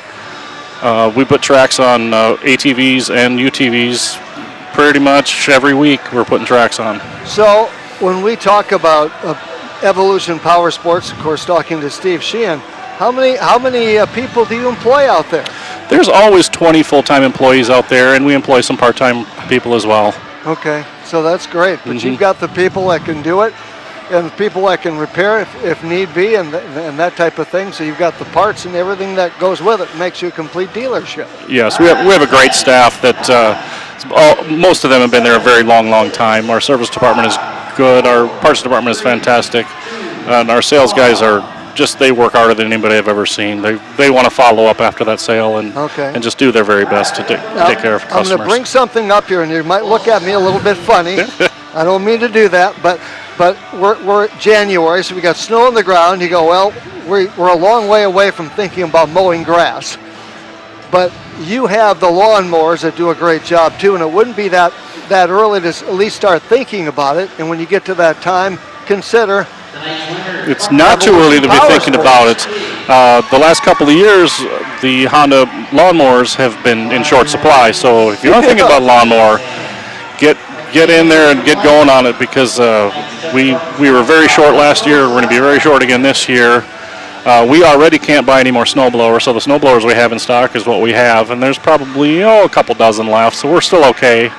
If we get a bunch of deep snow, then we'll run out of snow blowers, which we don't really like to do, but it could certainly happen. Yeah. Okay. But getting back to lawnmowers for a moment, you've got a great product out there. And like you said, it wouldn't be too early to really start thinking about it. Definitely not too early. I like the one I got from you. That's right. The thing about the lawnmowers is if you already know you need one, get in and put on that waiting list, because they're not here yet, and we don't know how many we're getting. Okay. Let's give everybody maybe a phone number and maybe a website, and let us know about that. It is evolutionpowersports.com. Our inventory's on there. It's updated live. You can call us at 605-886-6182. Okay, sounds great. Now, when you come to a hockey game and watch your son play, do you actually sit, or you half stand, or you can't control much as a parent, but you kind of get into it, don't you? Yeah, my coaching days have trained me a little bit that I don't enjoy sitting in the crowd. So tonight I'm sitting kind of off the edge of the bench down here, behind the glass. Okay. I like to. I remain fairly calm unless there's chances of kids getting hurt or the game kind of gets out of hand. If the kids are out there doing something to create injuries and that type of thing, then I get excited. But the rest of the time, I'm fairly calm. I've seen a lot of hockey, and I enjoy just watching the game. All right, sounds great. We appreciate it. Anything else you'd like to add that we didn't bring up tonight? We covered everything I planned on talking about. Well, you did a great job. Give us those 2 new products that you have brought in as of today. Mastercraft boats, towboats, and the Shoremaster boat lifts and docks. All right, so you are ready for spring. We are ready for spring. They are coming. All right, so get in touch with you people if you have any thoughts about maybe upgrading this year. Now would be the time to see you people. Yes, speaking of upgrading Sea-Doo, we are about half sold out of Sea-Doos already. Really? So if you're thinking about a Sea-Doo for the spring, get in there, because last year we ran out in May, so it could certainly happen again. Okay. Steve Sheehan, always good to see you. Thanks, Jeff. Much. Enjoy this year. I am enjoying it. Great. Appreciate it. Steve Sheehan with Evolution Power Sports. We appreciate all they do for Watertown Laker Hockey. And again, they are the sponsors for tonight's contest. 2-1 if you just joined us. 1480 KSDR. Nick Benteen back at our studios. Jeff and Jim with you. Our next broadcast coming up a week from tonight. That will be with the Watertown boys taking on Aberdeen. Then the next day we'll have the Watertown girls in action. They'll be taking on Aberdeen here. And then, of course, we'll follow it up with a boys contest with Sioux Center. Then the following day we go to Huron for a varsity boys contest starting at 3:30. And I'd be remiss if I didn't mention the girls, because the girls do play here tomorrow night. And so get out and root those girls on if you can, because they would sure appreciate that as far as what's going on in hockey. Girls right now, as far as the girls standings, Aberdeen is 7-0, 14 points. Then you have Sioux Falls 6-1, Sioux Center and Brookings both 4-2, Huron 3-3, Mitchell 2-6, Watertown 2-5. And then you have Oahe as well as Yankton. But the Watertown girls playing tomorrow night, as we have mentioned, and they'll be playing about 8:30 tomorrow night. They'll be taking on Sioux Falls. Sioux Falls right now, of course, right up there in the standings, right behind Aberdeen. So it'll be a tough game for the Laker girls. They would appreciate seeing you out here, so we'll see what we can do with that.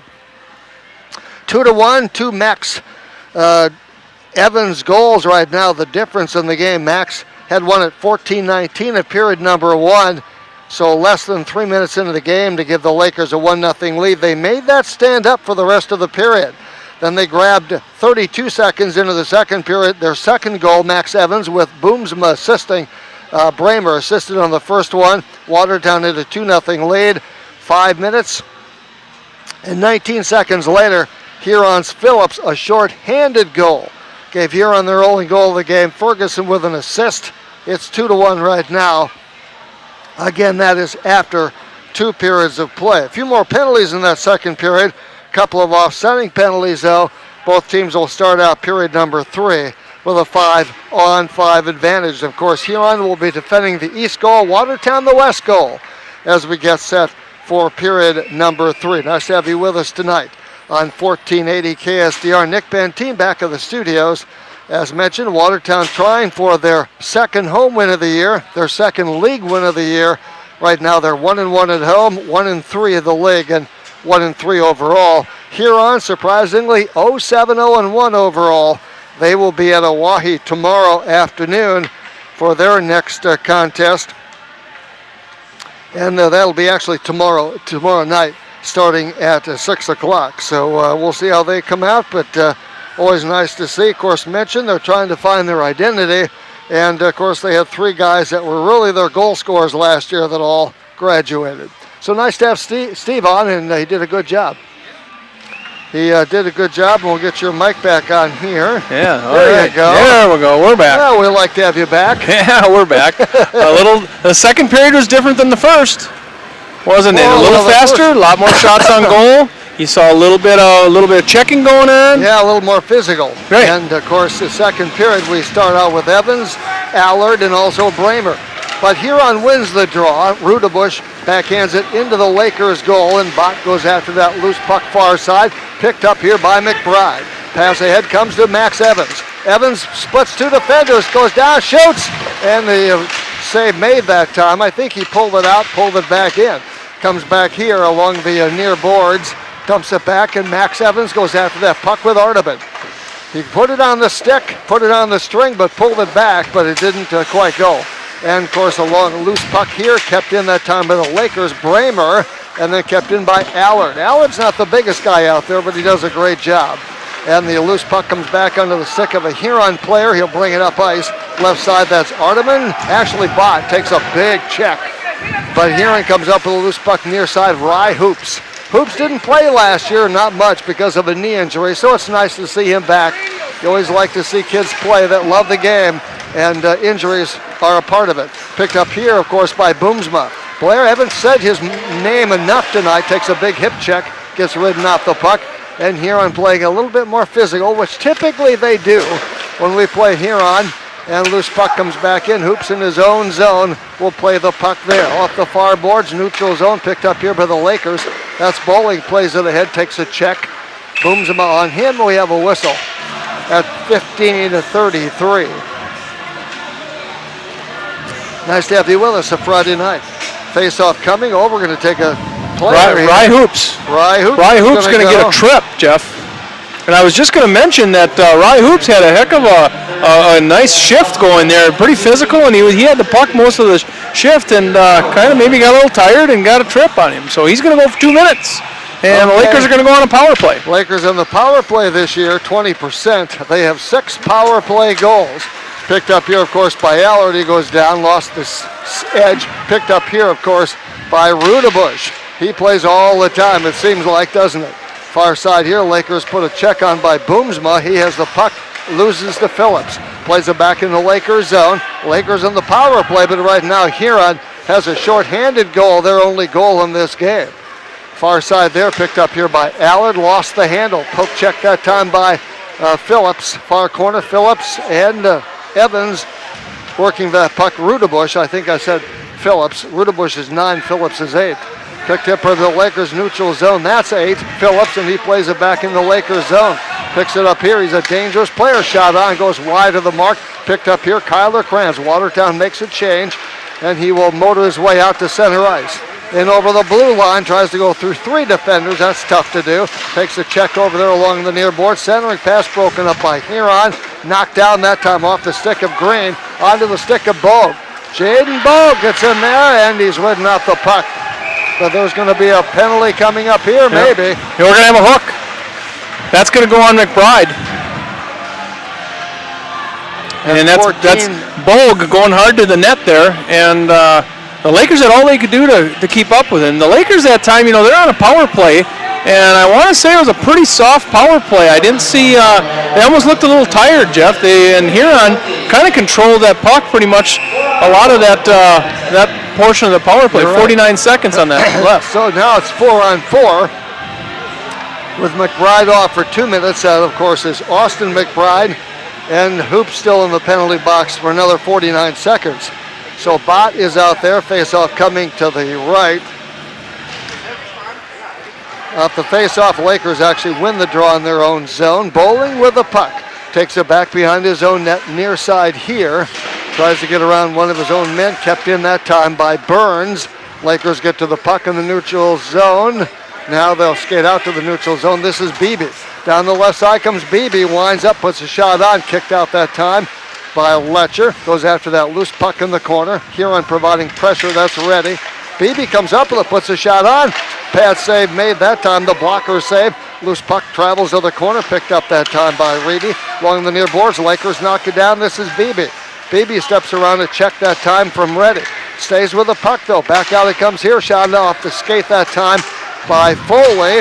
Picked up here. It's a 2-on-1. Left side is Bott racing on the play. Lakers break it up and they score. I think it was slapped away and it went in the net. Owen Mcbride had the first one stopped. The puck went up into the air and he couldn't quite come down with it, and they were there to pick that one up. So this is going to get a little interesting, Jeff. It's a 2-2 game right now. Lakers look a little flat, Jeff, for the last couple minutes here, and Huron All-Stars have taken advantage of it. Well, Huron's erased a 2-goal deficit to tie this game. They've been outshot 20-12. We'll get the goal here in just a moment. Comes back here. This is Berquist for Bogue. William Burns. That's Burns. By number 7, Grady Bott. All right, Burns with it and Bott with the assist. And for Burns this year, that is, of course, goal. Well, Bott gets his first assist, and Burns comes up with, I can't find it right here, but he's 10. There he is, his first goal of the year. And it's a 2-2 hockey game. The only thing is, if you're playing a team that hasn't won, now it's 2-2, they've got due life. Yep. And the face-off coming here in the Huron zone. Lakers try to step it in from there. Goes down, picked up here by the All-Stars. Rink wide pass. They took 2 from Watertown last year. Shot on. Save made that time. Cleared away nicely by Mcbride. You can see that confidence from Huron right now. Yes, you can. They have really stepped up their game. Lakers now know they've got a game out front, and that was to McBride put a shot on. That time Green put a shot on, broken up in traffic. Sibley clears it away, and Lakers get on it. This is Parker Sheehan in the neutral zone. With the puck right now, plays a long lead pass for Green, neutral zone. Clock across, it trickles across the blue line, picked up here by Boomsma, picked up here by Green, puts a shot on, and Cooper Letcher makes the stop at 12:22 on the short side. Pretty nice play there. Boomsma over to Evans, and Evans kind of squared up. He had a pretty good shot at it. Yeah. Boomsma and Evans known each other and played with each other for a long time. Those guys are fun to watch. They are. So face-off coming to the left of Letcher. Off the face-off, trying to dig it out of a scrub there. Now it's, of course, Bowling plays it back. Arteman comes up with the puck. Arteman leaves it over here. Lakers had it for a moment. This is BB. Loses the handle. Arteman comes up with it for the All-Stars far side. Onto the stick that time with a teammate. That, of course, is McLeod. That's Hayden McLeod. Plays it ahead now. Lakers take it away. Picked up here by Kranz. Kranz looking for a centering pass, ridden off the puck by Reedy. And the loose puck, Reddy, actually. Far side over there. A couple of players battle for that puck. Comes out along the near boards. The Lakers will hold the zone, though. We have a couple of players down. A Huron player, in fact, 2 Huron players down. I don't know if we're going to get a penalty here or not. There's a stoppage of play. Kyler Krantz was tangled up with somebody. And they're going to stop the play. I don't know why they stopped the play. Maybe they thought one of those players were hurt more than what they were. But everybody's making it on their skates back to the bench. All right, and we're going to face off there. Yep, and against Max Evans against Hoops. Lakers put a shot on that. Karam's a little bit wide. Loose puck picked up here. Evans, I should say Allen was right there. Couldn't quite get, his stick wasn't quite long enough. Along the far rail over there, trying to dig it out as Bogue is here, and again has new life. Shot right on, and Cooper Letcher makes the stop.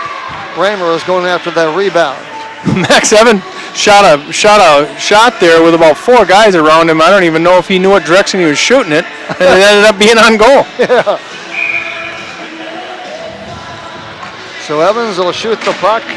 Actually face off here. Bott comes up with it. Far side Berquist. Lakers hold the zone. Put a shot on. Broken up in traffic. Shot on backhander by Boomsma. Cooper Letcher makes the stop. Cooper Letcher doing a nice job so far in this period. Yeah. 11:10 to go. It's a 2-2 hockey game. Lakers have outshot here on 23-13. So over here, of course, it'll be Evans again to the right of Letcher. Works down there against a Huron player. Loose puck in the neutral zone, trying to stay with it. It was Green. Bott gets to it. Takes it down the left side. Had Rudabush trailing on the play. Backhander. Bott goes after that puck back behind the Lakers zone. The Lakers net in the Lakers zone. Picked up here beyond Rudabush. Bott gets to it at the blue line. Plays it off the rail. Knocked down by the Lakers. Picked up by Huron. Then getting to that loose puck is Evans. Max Evans has the puck flipped up in the air. And of course, Foley is there, Bott is there, Evans is there, Sibley is there. They play in the neutral zone. Evans backhanded off Rudabush in the neutral zone, back to Bowling now at the blue line. Well, the JV game went 4-3 in overtime. Watertown pulled that one out. I hope we don't go to overtime here, but who knows? We'll have to wait and see. What happens, happens. A long pass ahead here to Burns from Sibley. Lakers BB on the puck, picked up here by Burns. Over the Laker blue line. 2 defenders, gets puck ridden off that time nicely by Mcbride. Mcbride in the corner, gets a shove there. Lakers come up with the puck, that's Kranz. Lost the handle, works down there against Bogue. Lakers in the corner over there, stepping around to check that time for the Lakers and putting it on. Hoops was out there along with Berquist. Loose puck picked up here along the near boards. 9:47 to play, a 2-2 hockey game. Lakers can't break it out of their own zone at the moment. Couple of players go down. One of them, of course, the Lakers trying to dig it out of there along the boards. Battle for the puck. Two more players go down. Picked up here. Berquist with a shot broken up in traffic. We have a whistle at 9.5 minutes to play in regulation of a 2-2 hockey game. Sheehan and Krantz and Mcbride were in a battle down in those corners for a long time. Seemed like they were down there for a minute and couldn't break it out. Huron doing a nice job locking them in tight. They are. So out here right now you have Phillips for Huron facing off down there against Evans. Loose puck far rail picked up here by Huron. That was Rudebush, too far for Phillips. Lakers will get to it. Then Bott out there puts a check on his man. He's not the biggest guy out there. Lakers come up with it, play it to the neutral zone. This, of course, is Workus. Workus picked up that time by Phillips in his own zone, rink wide pass. Bott runs into a player. That, of course, was Mcbride. Lakers pick it up. Sheehan up the far rail, far side out there. Picked up here by Bott. Has a man trailing on the play, Phillips, but comes back out here to the Lakers, Evans. Evans down the right side. He has, of course, Workus with him. And working on the play. I think that was probably Workus over there. Well, there's Workus right there. I missed somebody. That was Mcbride down there, okay. Jeff. And and so it came back behind the net. The Huron zone kept in here by Foley near side. Then it skates under him and goes under his stick. Bowling. Header comes now for the Lakers. Shot on right now. The save comes out and Huron clears it away. Burns back out. Allard puts a shot on. Broken up. He had Evans right there. Picked up here by Hoops. Backhander goes in the neutral zone. Shot that time off the skate of Arteman. And the Watertown Lakers come back to get it. Loose puck in the zone picked up here. Backhander that time by Hoops. And then, of course, Allard. And a shot on. That was Bogue with a shot right on the end. Good shot from just on top of the circle. Mcbride saw it all the way. So Hoops facing off here, far side, Lakers zone. And the Lakers win the draw and knock it out to center ice. Then, of course, that was off Foley that time. Going after that puck, Sibley and Kranz. Kranz comes up with a puck along the near rail, but he's in the corner battling for it as Bramer as well against Sibley. So you have 2-on-1. Berquist clears it out here. Lakers hold the zone. This is Bowling. Plays it back in the corner. Berquist goes after it. Along with Hoops, we have a whistle. Yeah, we're going to get interference down there. That was Kyler Kranz. He was going for the puck and was being held up. And that's going to be interference down there. And I want to say that's going to be Hoops. And that's his second, Jeff, if I'm not mistaken. So he's going to sit for 2 minutes. Yep. Watertown Lakers are going to go on the power play in their own zone. In the Huron zone. Kranz, yep, off the face-off. Puck goes back and picked up that time by Berquist. Clears it all the way down the ice. And, of course, racing after that is Rudebush and also Boomsma. And the loose puck picked up here by Huron. They have one short-handed goal already tonight. Let's not make it two. And it's picked up here by Evans. Evans on over the blue line, puts a shot on, goes a little bit wide. And Berquist goes after that rebound, clears it all the way down the ice. And again, Boomsma has to go back to get it. And Rudebush will trail him on the play. 6:58 to go in regulation, 2-2 hockey game. Lakers breaking it out near side. This, of course, is Boomsma. Boomsma over the blue line, got ahead of the puck a little bit. Had a Kranz trailing, helped him out just a little bit. Kranz with a puck back to the point. Lakers can't hold the zone though, but they get it center ice. This is Mcbride, steps around to check at the blue line, steps around another one, tries to put on the brakes, get a shot off, broken up that time by Bogue, clears it all the way down the ice for the All-Stars. And it'll be Mcbride to go back to get it, and some pressure from Burns. Burns, and then Allard. Allard for the Lakers, out to the blue line, hounded by Burns out there, but Allard gets to it, puts a check on his man, and he gets taken down from behind, gets quickly back up though. Green is out there, Now getting up, of course, is ready. We have another whistle. And that's going to go on Burns, I bet. He came in with a roughing. Allard went in with a check, and they're going to get Burns for a roughing there. He kind of came into the play a little late, and you're almost always going to get a rough when you do that. 6:05 to go. So the Lakers now have a 5-3 advantage. Early in the game, Huron had a 5-3 advantage. So for 30 seconds, Watertown is a 5-3 advantage. We're going to have a timeout, White. Timeout, Lakers. Lakers are going to talk it over. So Coach Witt, he wants to take a timeout here and talk about this. This could be a crucial time with 6:05 left in the game, tied up 2-2, and a 5-on-3 advantage. This could be very important for the Lakers. And Coach Witt is drawing it up. He's drawing it up. The winning goal. The winning goal. We've seen it happen, though, haven't we? Yeah. Remember last year, I think they drew a few up. Well, he did, yeah. Well, of course, last year, the very last game of the year, when Bramer got the natural hat trick 3 in a row, and he got the goal, and they were down 1 to cut it to 1, and the next one to tie it and win in overtime. Yeah, that was fun. That was pretty amazing. Yeah, that was one of our most exciting games, I think, right at the end of last year. Yeah, it really was. So, Coach Witt's down there. He's got everybody kind of fired up. They're coming off the bench already. He said what he has to say. Well, and these two teams play again in Huron 9 days from now on the 17th of January. It's not too far away. There's a couple games in there and a couple practices, really, and they're going to be right back at it. Yeah.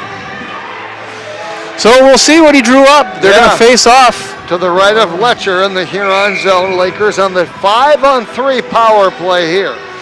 They'll have Boomsmouth there, Kranz out there, Evans out there. Lakers actually won the draw. Allard goes after it. He was out there as well. Huron, though, clears the zone all the way into the Lakers zone with 20 seconds to go. Watertown will have a power play for a minute 48. Still a 5-on-4, but right now it's 5-on-3 with 13 seconds to go, and they haven't a shot on yet. And then, of course, they take it out here. Boomsma puts a shot on side of the net. Was a bad angle. Allard can't control, backhander by Kranz wouldn't go. Picked up by Artem, and Lakers can't hold the zone, and it's now a 5-on-4 advantage for a minute and a half. And Owen Mcbride steers it to the far corner, but providing pressure over there is Rudabush. He's a veteran. He knows what's going on. He takes a check. The Lakers clear it away. 5:20 to play in a 2-2 hockey game, period number 3. Green down the right side to the right corner. Looks for a centering pass at Kranz right there, but he couldn't get it to him. Picked up here by Boomsma, can't control the puck. Puts it on. Allard takes it down into the corner. Allard comes back to the point. Lakers hold the zone with it right now, and goes to Allard in the corner. Looks back, of course, to Boomsma. Centering pass, shot on. Block save that time made by Cooper. Letcher. Lakers can't hold the zone. 45 seconds to go. And providing pressure on Boomsma, of course, is Arteman. And skating up the right side, that was actually Phillips. Phillips comes up with the puck, takes it away, picks his pocket clean. Comes back out here and shoots it all the way down the ice. And then, of course, you have people like Relia, McLeod out there putting some pressure on. Hoops as well. And Bolg is out there. Lakers will bring it up with 16 seconds. Time for maybe one more shot. But Hoops takes the puck off the stick of Sheehan that time. Huron shoots it down the ice, and the Lakers have a 5-on-3 like Huron had a 5-on-3. Had a nice job there. Neither team could score. Nice job there by the All-Stars. Yeah, it really was. Rink wide pass flipped into the zone as Watertown will make a change here. Workus goes after that loose puck. Lost the handle, picked up there by Hoops. Then it's Workus going after it again. Loose puck still on the Huron zone. They'll clear it out here near side for Burns. At center ice. Dumps it into the Lakers zone. He's working down there against Sheehan. Lakers bowling, clears it over here near side for Workus off the official skate that time. Cleared out here onto the stick of Phillips. Damn dangerous. Going left side, the Lakers get on it. But not for long as Bolk puts a big hit on. Played by Bowling. Back it comes to Sibley. Knocked down nicely that time by Workus. But it gets poked back into the Lakers zone. Sheehan has to go back to get it with 3:15 to go in regulation. A 2-2 hockey game. Both teams showing a little bit of urgency here. Nobody can really get it together, but we're going to have Huron with a timeout now, Jeff. So he's going to try to draw something out with 3:15, and it's a tied-up game. It's 2-2, right. and both of these teams are going to try to turn it up here for another 3 minutes of this game. See what they can do. Nice to have you with us tonight. Evolution Power Sports brings you Watertown Lakers hockey on this Saturday night from the Mace. Jeff and Jim, Nick Benteen back at our studios. Lakers have not had an overtime game this year. Huron has had one, And they lost that one, And they 8-7. Right. Well, let's see if when we can come out of this timeout, let's see if we can get this thing swayed one way or the other, and we'd like to see it go the Lakers' way, of course. And that loss, by the way, 8-7 in overtime. 8-7, high-scoring game at Wasu Center. Yep. Huron. We have Max Evans and Boomsma Green. So, I mean, we have some shooters out there also. Yep. Sheehan is out there, and Foley off the face-off to the right, picked up here by Huron. They win the draw. This is Rudebush. He puts a nice poke away that time by the Lakers. Foley picked up here by Boomsma. Down the right side, had, of course, Evans breaking down the left side. Evans for the puck, puts a shot on the save made by Cooper with a left-handed glove at 2:58 of regulation. Max Evans, he's one of those kids that always seems to get a shot off. He had a couple guys around him there and got a really good shot. JV game tonight went to Watertown 4-3 in overtime. This one's got that kind of markings too. Evans there, loses off the draw, picked up here by Huron. Lost it that time by Bowling, who took it away in the corner. 2:49, clock running. Trying to get it out of that corner, they do as Huron. They're breaking up the right side. This is Rudebush. Fires one, he just dumped it in. It's kind of a dump and chase there, picked up here by Bott. Gets ridden off the puck, got back to it though. Huron holds his own. This is Arteman puts a shot on a bullet that goes wide. Ricochets out here near side with 2.5 minutes to play in regulation. Lakers kick it out to the near side, the neutral zone. Picked up here, of course. This is Foley. Foley played it right side for Boomsma, but he wasn't quite trailing on the play. Picked up here by the Lakers with a puck right now. This is Green. Had it knocked away. Nice back check that time. Forecheck. Picked up here, of course. This is Bott, who's back there to help him out. Shoots and is off the arm, the right arm that time of Mcbride. Woo! Tommy Foley got turned around there. Yeah, and, he did. Well, really got beat, but got back in the play and got a stick on it. Yeah. Could have made the difference. Did a nice job to recover there. So 2:02 to go in regulation. It's still a 2-2 hockey game. Face off to the right, actually left of Owen Mcbride. It'll be a Bogout there for Huron. Lakers actually won the draw shot right time by Hoops off the draw as Huron won it. Lakers can't get over there to it. Loose puck picked up here. Bog back behind the net. Lakers zone. Lakers near side. Sibley gets to it. Centering pass broken up that time by the Lakers. They'll clear it to the far side, but they can't hold the zone. Now they do. This is Evans. The right side. He gets a little bit ahead of the puck. Shot on that time. Save. Block save that time off the stick of Krantz. Now in the Huron zone with 1.5 minutes to play. Krantz goes down. Sibley and Hoops back there. Playing near side. Burns tries to get to it. Lakers trying to hold it in. Kicked in that time at the zone. This, of course, is Mcbride. Plays it ahead. Hoops will go after that puck. Berquist, actually. Far side over there. Comes out along the neutral zone. Lakers play it again back in. Knocked down that time by a Huron player. BB is right there with 1:06 to play in regulation. Loose puck picked up by BB. BB gets hounded by Huron players. A man there. Shot broken up that time off the stick of the Lakers. That was Max Evans. Puts another bullet on. There goes wide. Allard chases it down. Far boards. Plays it now off a stick again, and it'll be Evans with 46 seconds to play, barring overtime. And loose puck picked up here by Huron. 3-on-2 if they hurry. Odd man rush. This, of course, is Phillips. Who else? He gets ridden off the puck a little bit, but stays with it, actually, with 30 seconds to play. The Lakers, Evans out there looking for a pass. Can motor. You've got down there Bott kind of camped out front deep in the slot. Berquist with a shot that goes wide. 18 seconds to play in regulation. Loose puck picked up here by Evans. Evans with the puck. He's got to hurry. 12 seconds knocked off. Bott puts a shot on that goes high over the glass. High over the net. Picked up here by BB with 6 seconds to go. We're going to overtime, it would appear. with 3 seconds and now to 1, and that is it. So overtime it is. Overtime it is on 1480 KSDR. The JV game went to overtime, and the varsity game will go to overtime. Second overtime as far as Huron is concerned in their last 3 games. And it's going to be a 2-minute break, Jeff. All right. And they are not going to do the ice. They did not do the ice tonight at the beginning of the third period. The Zamboni is broke. Oh, really? Yeah, so no grooming the ice for the end of this game. Hydraulic line apparently broke. And as you know, when the Zamboni breaks, the rink stops. Yeah. You don't hear them breaking too often, but this one broke tonight. Huh. We were talking about that at lunch today. I know. Jinx. I don't know, but it must be. Yeah, Wow. they said they pulled it off between the first and second, and the hydraulic line broke, and they couldn't get it fixed. So we're skating on some dirty ice. Watertown Lakers go into the locker room, and the Huron All-Stars are going to stay on the bench. We're going to have some shovels out. I'm going to clean off in front of the bench at least, where all the players stop. That kind of helps. Gosh, I had a big old wide shovel. It's about 5, You should have brought it. Yeah. But how would you know the Zamboni's Yeah, going to break? really. You wouldn't know that. You don't bring your shovel every game. No. You could maybe throw it in your trunk. Yeah. Just leave it in there. I guess so. Yeah, just leave it in there. Apparently so. But it's one of those deals. The ice doesn't get done. It's dirty. There's snow. But it's the it doesn't same for matter. both teams. Both teams have to play on the same ice. So what's the difference?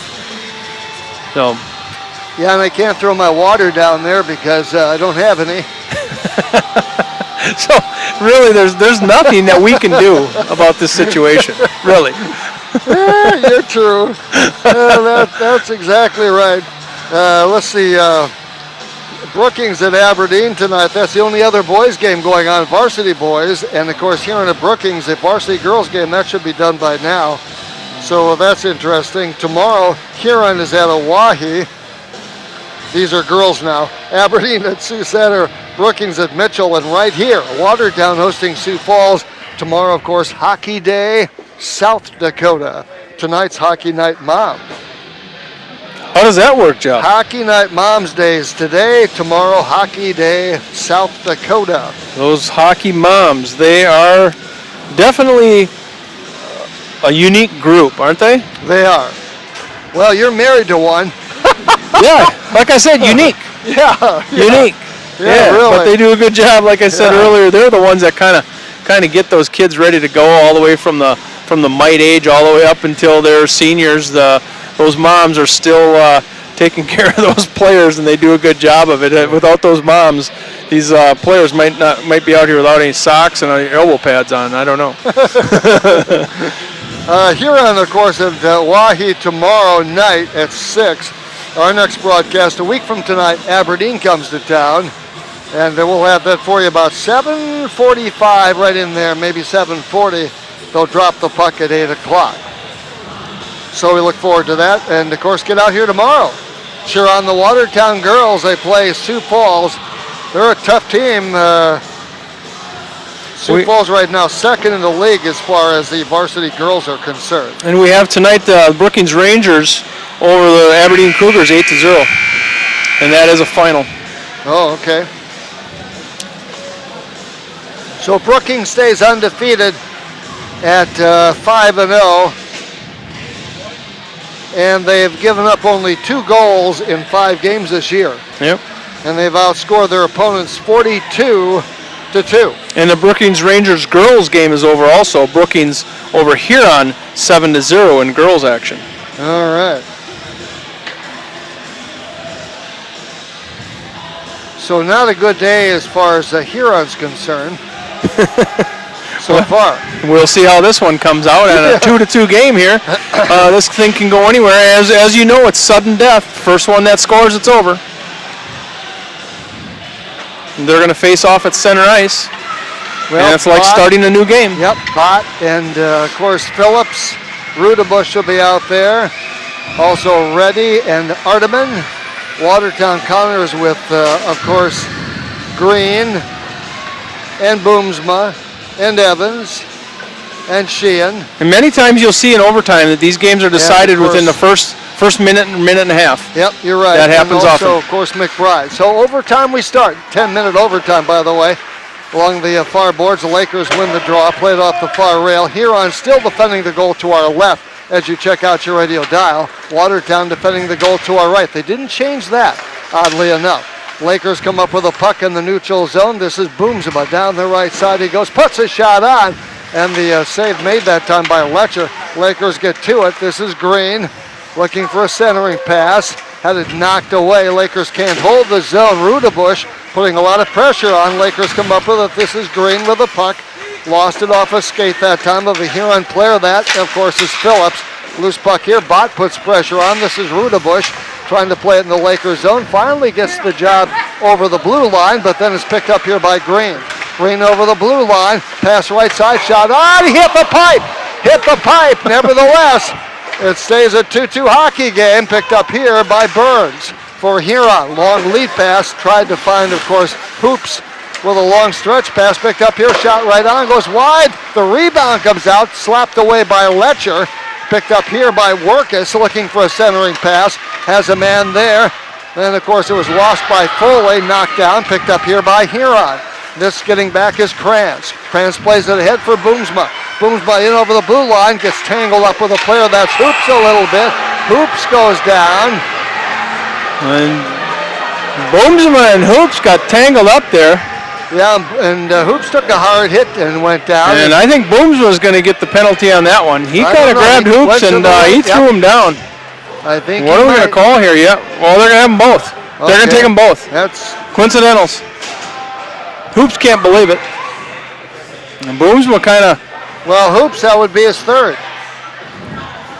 Yeah, so he's done. Yeah, that's what they're deciding right now. Hoops is done. I'm sorry. Yep. And they're going to want to put. Well, they're going to get. It's going to be a 2 and a 10, I think, Jeff. They're putting 2 people in the box for the Watertown Lakers. Booms was sitting there. And Riefenberger's going to serve another one. So we're going to have a high stick. We're going to have to see what they're calling here. What? Nobody for Huron. The door is open, but nobody has gone in. They originally said Hoops and Boomsma were going to be coincidentals. Now, I think that's changing here. Now it's up there. 4 minutes. We're here for Boomsma. It's a 4-minute. 4 for Boomsma. Hoops,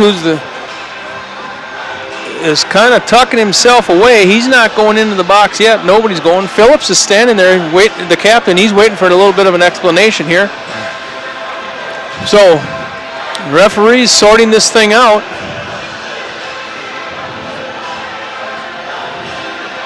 Now Hoops is going to get an invitation to the box.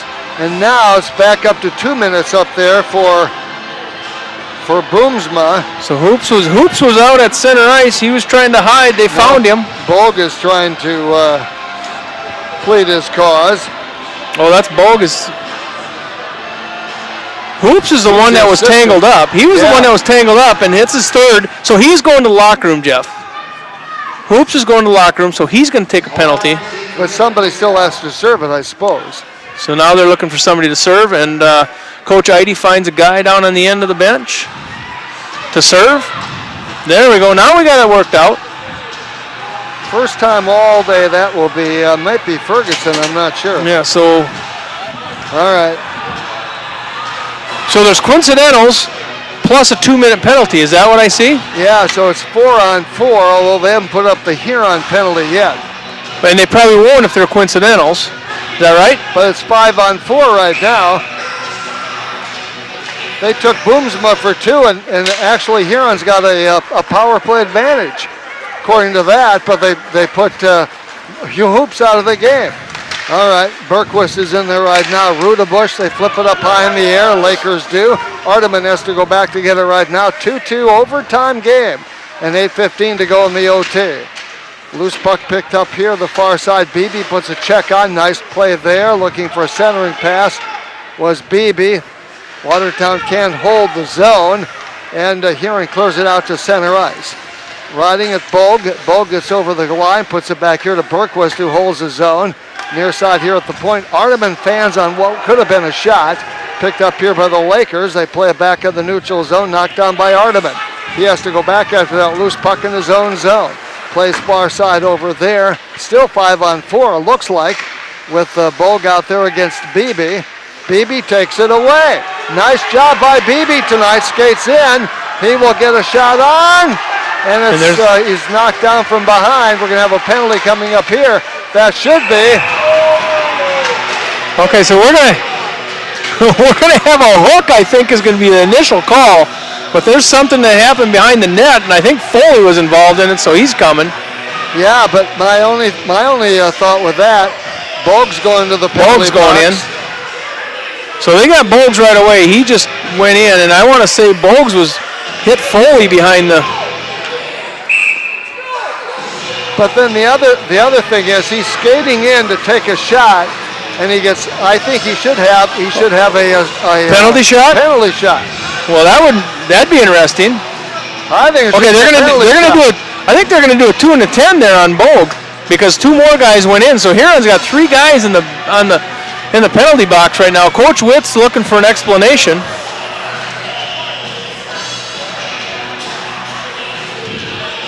It looks like. We're going to be 5-on-3, 5-on-4 here. Yeah. Actually 4-on-3.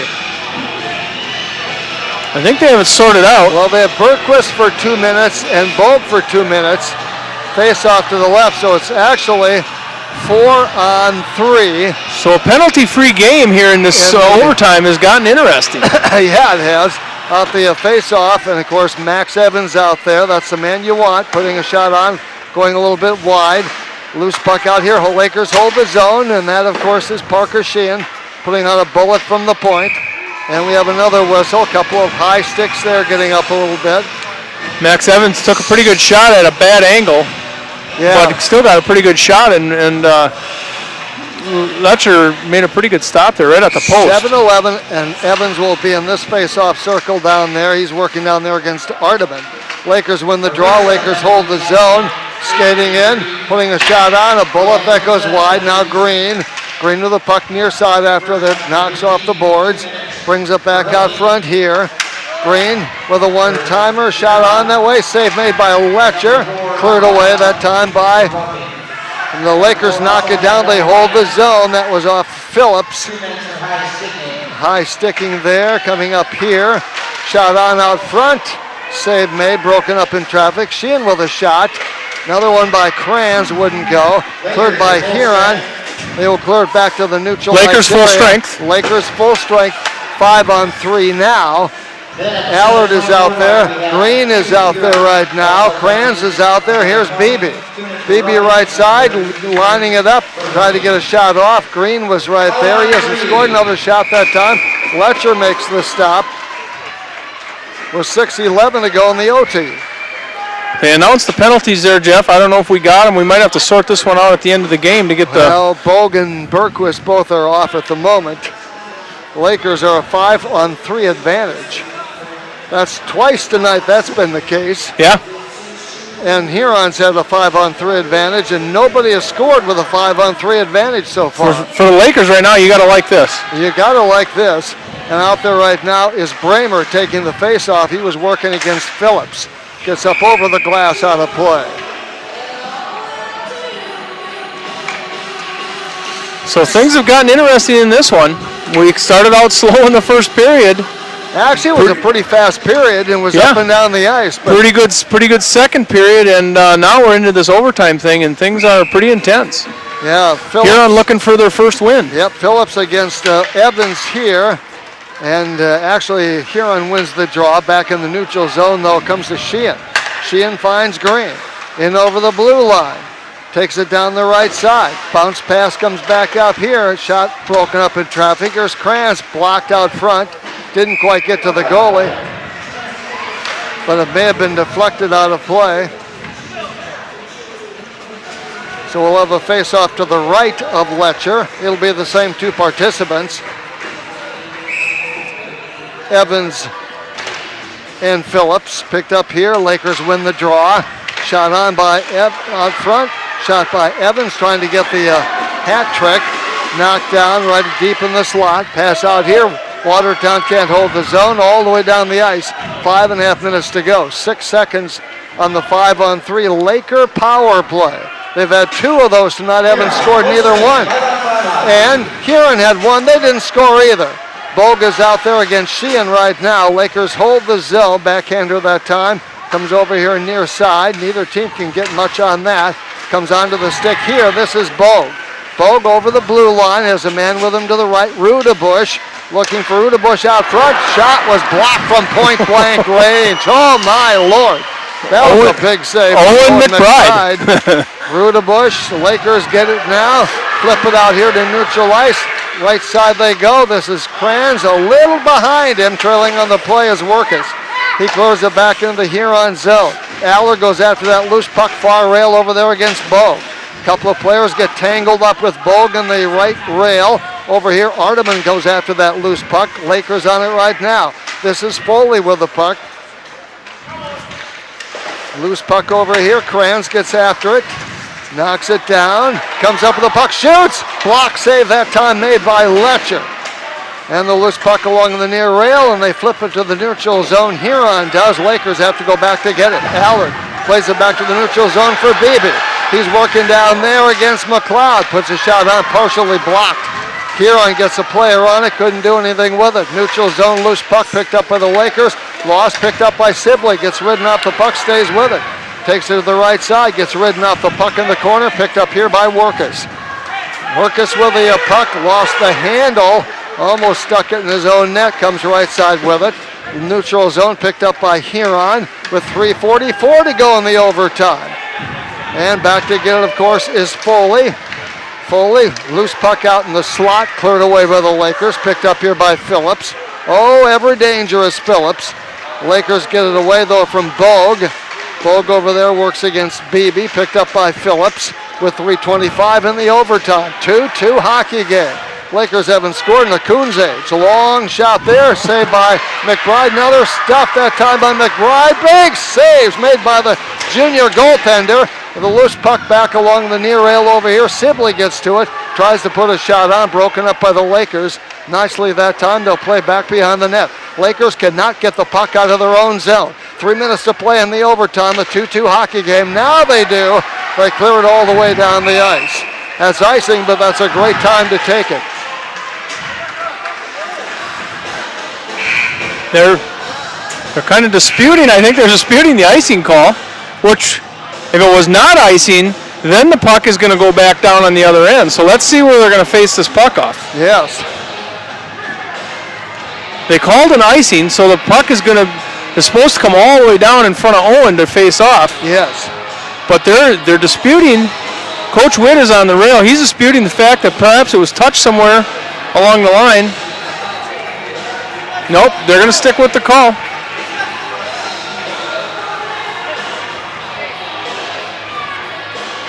Oh, they're going to say it's touched. So I think they're going to bring it out to the neutral zone. Yep, I think that's what they're going to do. So they're going to say that icing, they're going to wave that icing off. And so they're actually going to face off in front of, down by in Huron's. Yes. In the left side of Letcher. So they basically, all it is they're waving off the icing call is all they're doing. Yeah. 2:54 to go in the overtime in the Huron zone. And every face-off's important. You know, we're 5-on-3, and for Huron, it does matter where you face off. Yeah. But it looks like they're going to face off to the left-hand side of Letcher. Well, that's where they're going to go with. And it'll be Max Evans facing off here against Rudabush, if I'm right. McLeod is out there. Sibley is out there. Burns is out there. Lakers have Kranz and Green and Boomsma. We're 5-on-5. And we're 5-on-5. 2:54 left in this one. It's tied up. Yes. In overtime. In overtime. Off the face-off, loose puck picked up in the Huron zone. Watertown couldn't quite control the zone. Loose puck in the neutral zone right now, picked up by Huron. Lakers cleared away. This is Kranz. Kranz with Bogue on his tail, gets it up there and throws it in. Centering pass, but only Huron was hope. Green looks out there for a centering pass that time for Boomsma. Watertown tries to hold the zone. Huron takes it away. But Watertown, good back check. They get the puck back. This is Evans. Evans looking for a hat trick. He just like to get a goal and get it over. Back it comes to Boomsma. Broken up back behind the Huron zone. Bogue plays it over there. Lakers pick it up. Backhander that time. Letcher made the stop and the save. Nice backhander that time by Boomsma. With 2:11 to go in the overtime, forcing another face-off to the left of Letcher. Lakers putting some shots on goal here. Letcher doing a pretty nice job. Yeah, they've outshot here on 35-17.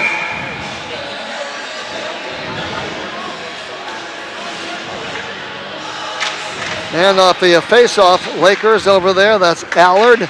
And the Huron clears the puck in the Lakers zone. Going back to get it, of course, Mcbride plays it back in the Huron zone. Huron comes up with it now at their own blue line. Plays it ahead here. Workus can't quite get to it. Picked up by Rudabush. Rudabush with the puck, plays it back in the Lakers zone. 150 in the overtime. 2-2 hockey game. Lakers and the All-Stars, Watertown and Huron. Lakers along the near rail over here. Picked up by Sibley. Broken up like the Lakers deep in the slot. They'll skate out to center ice with the puck. Got away from him. Phillips got to the puck. Knocked off his stick. Picked up by Rudabush. Backhands it in the Lakers zone. Knocked down there by Allard. Takes a check. But actually Allard put the check on the guy and the other guy went down. He was a lot bigger. Picked up by Bowling. Out here comes to Bogue off the rebound near side with 1:16 to play in the overtime. Hounded down there by Workus, doing a great job. Workus with the puck. Clears it up along the boards. Workus working hard down there against Bogue. They finally clear it out. Rudabush ridden off the puck. Allard puts it on the stick. Long lead pass goes all the way down the ice. No icing called that time. Getting to it is Arteman with 50 seconds to play.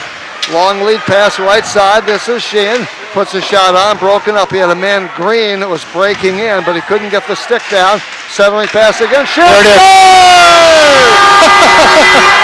That's Bowling. Bowles. Bryson Bowling finds the loose puck in front of the net. And this one is over. 3-2. Watertown Lakers pick up a loose puck. Green touches it. And Bowling happens to be in the right spot, and he just touched it. He didn't even have to shoot it, he just touched it. And this game is over.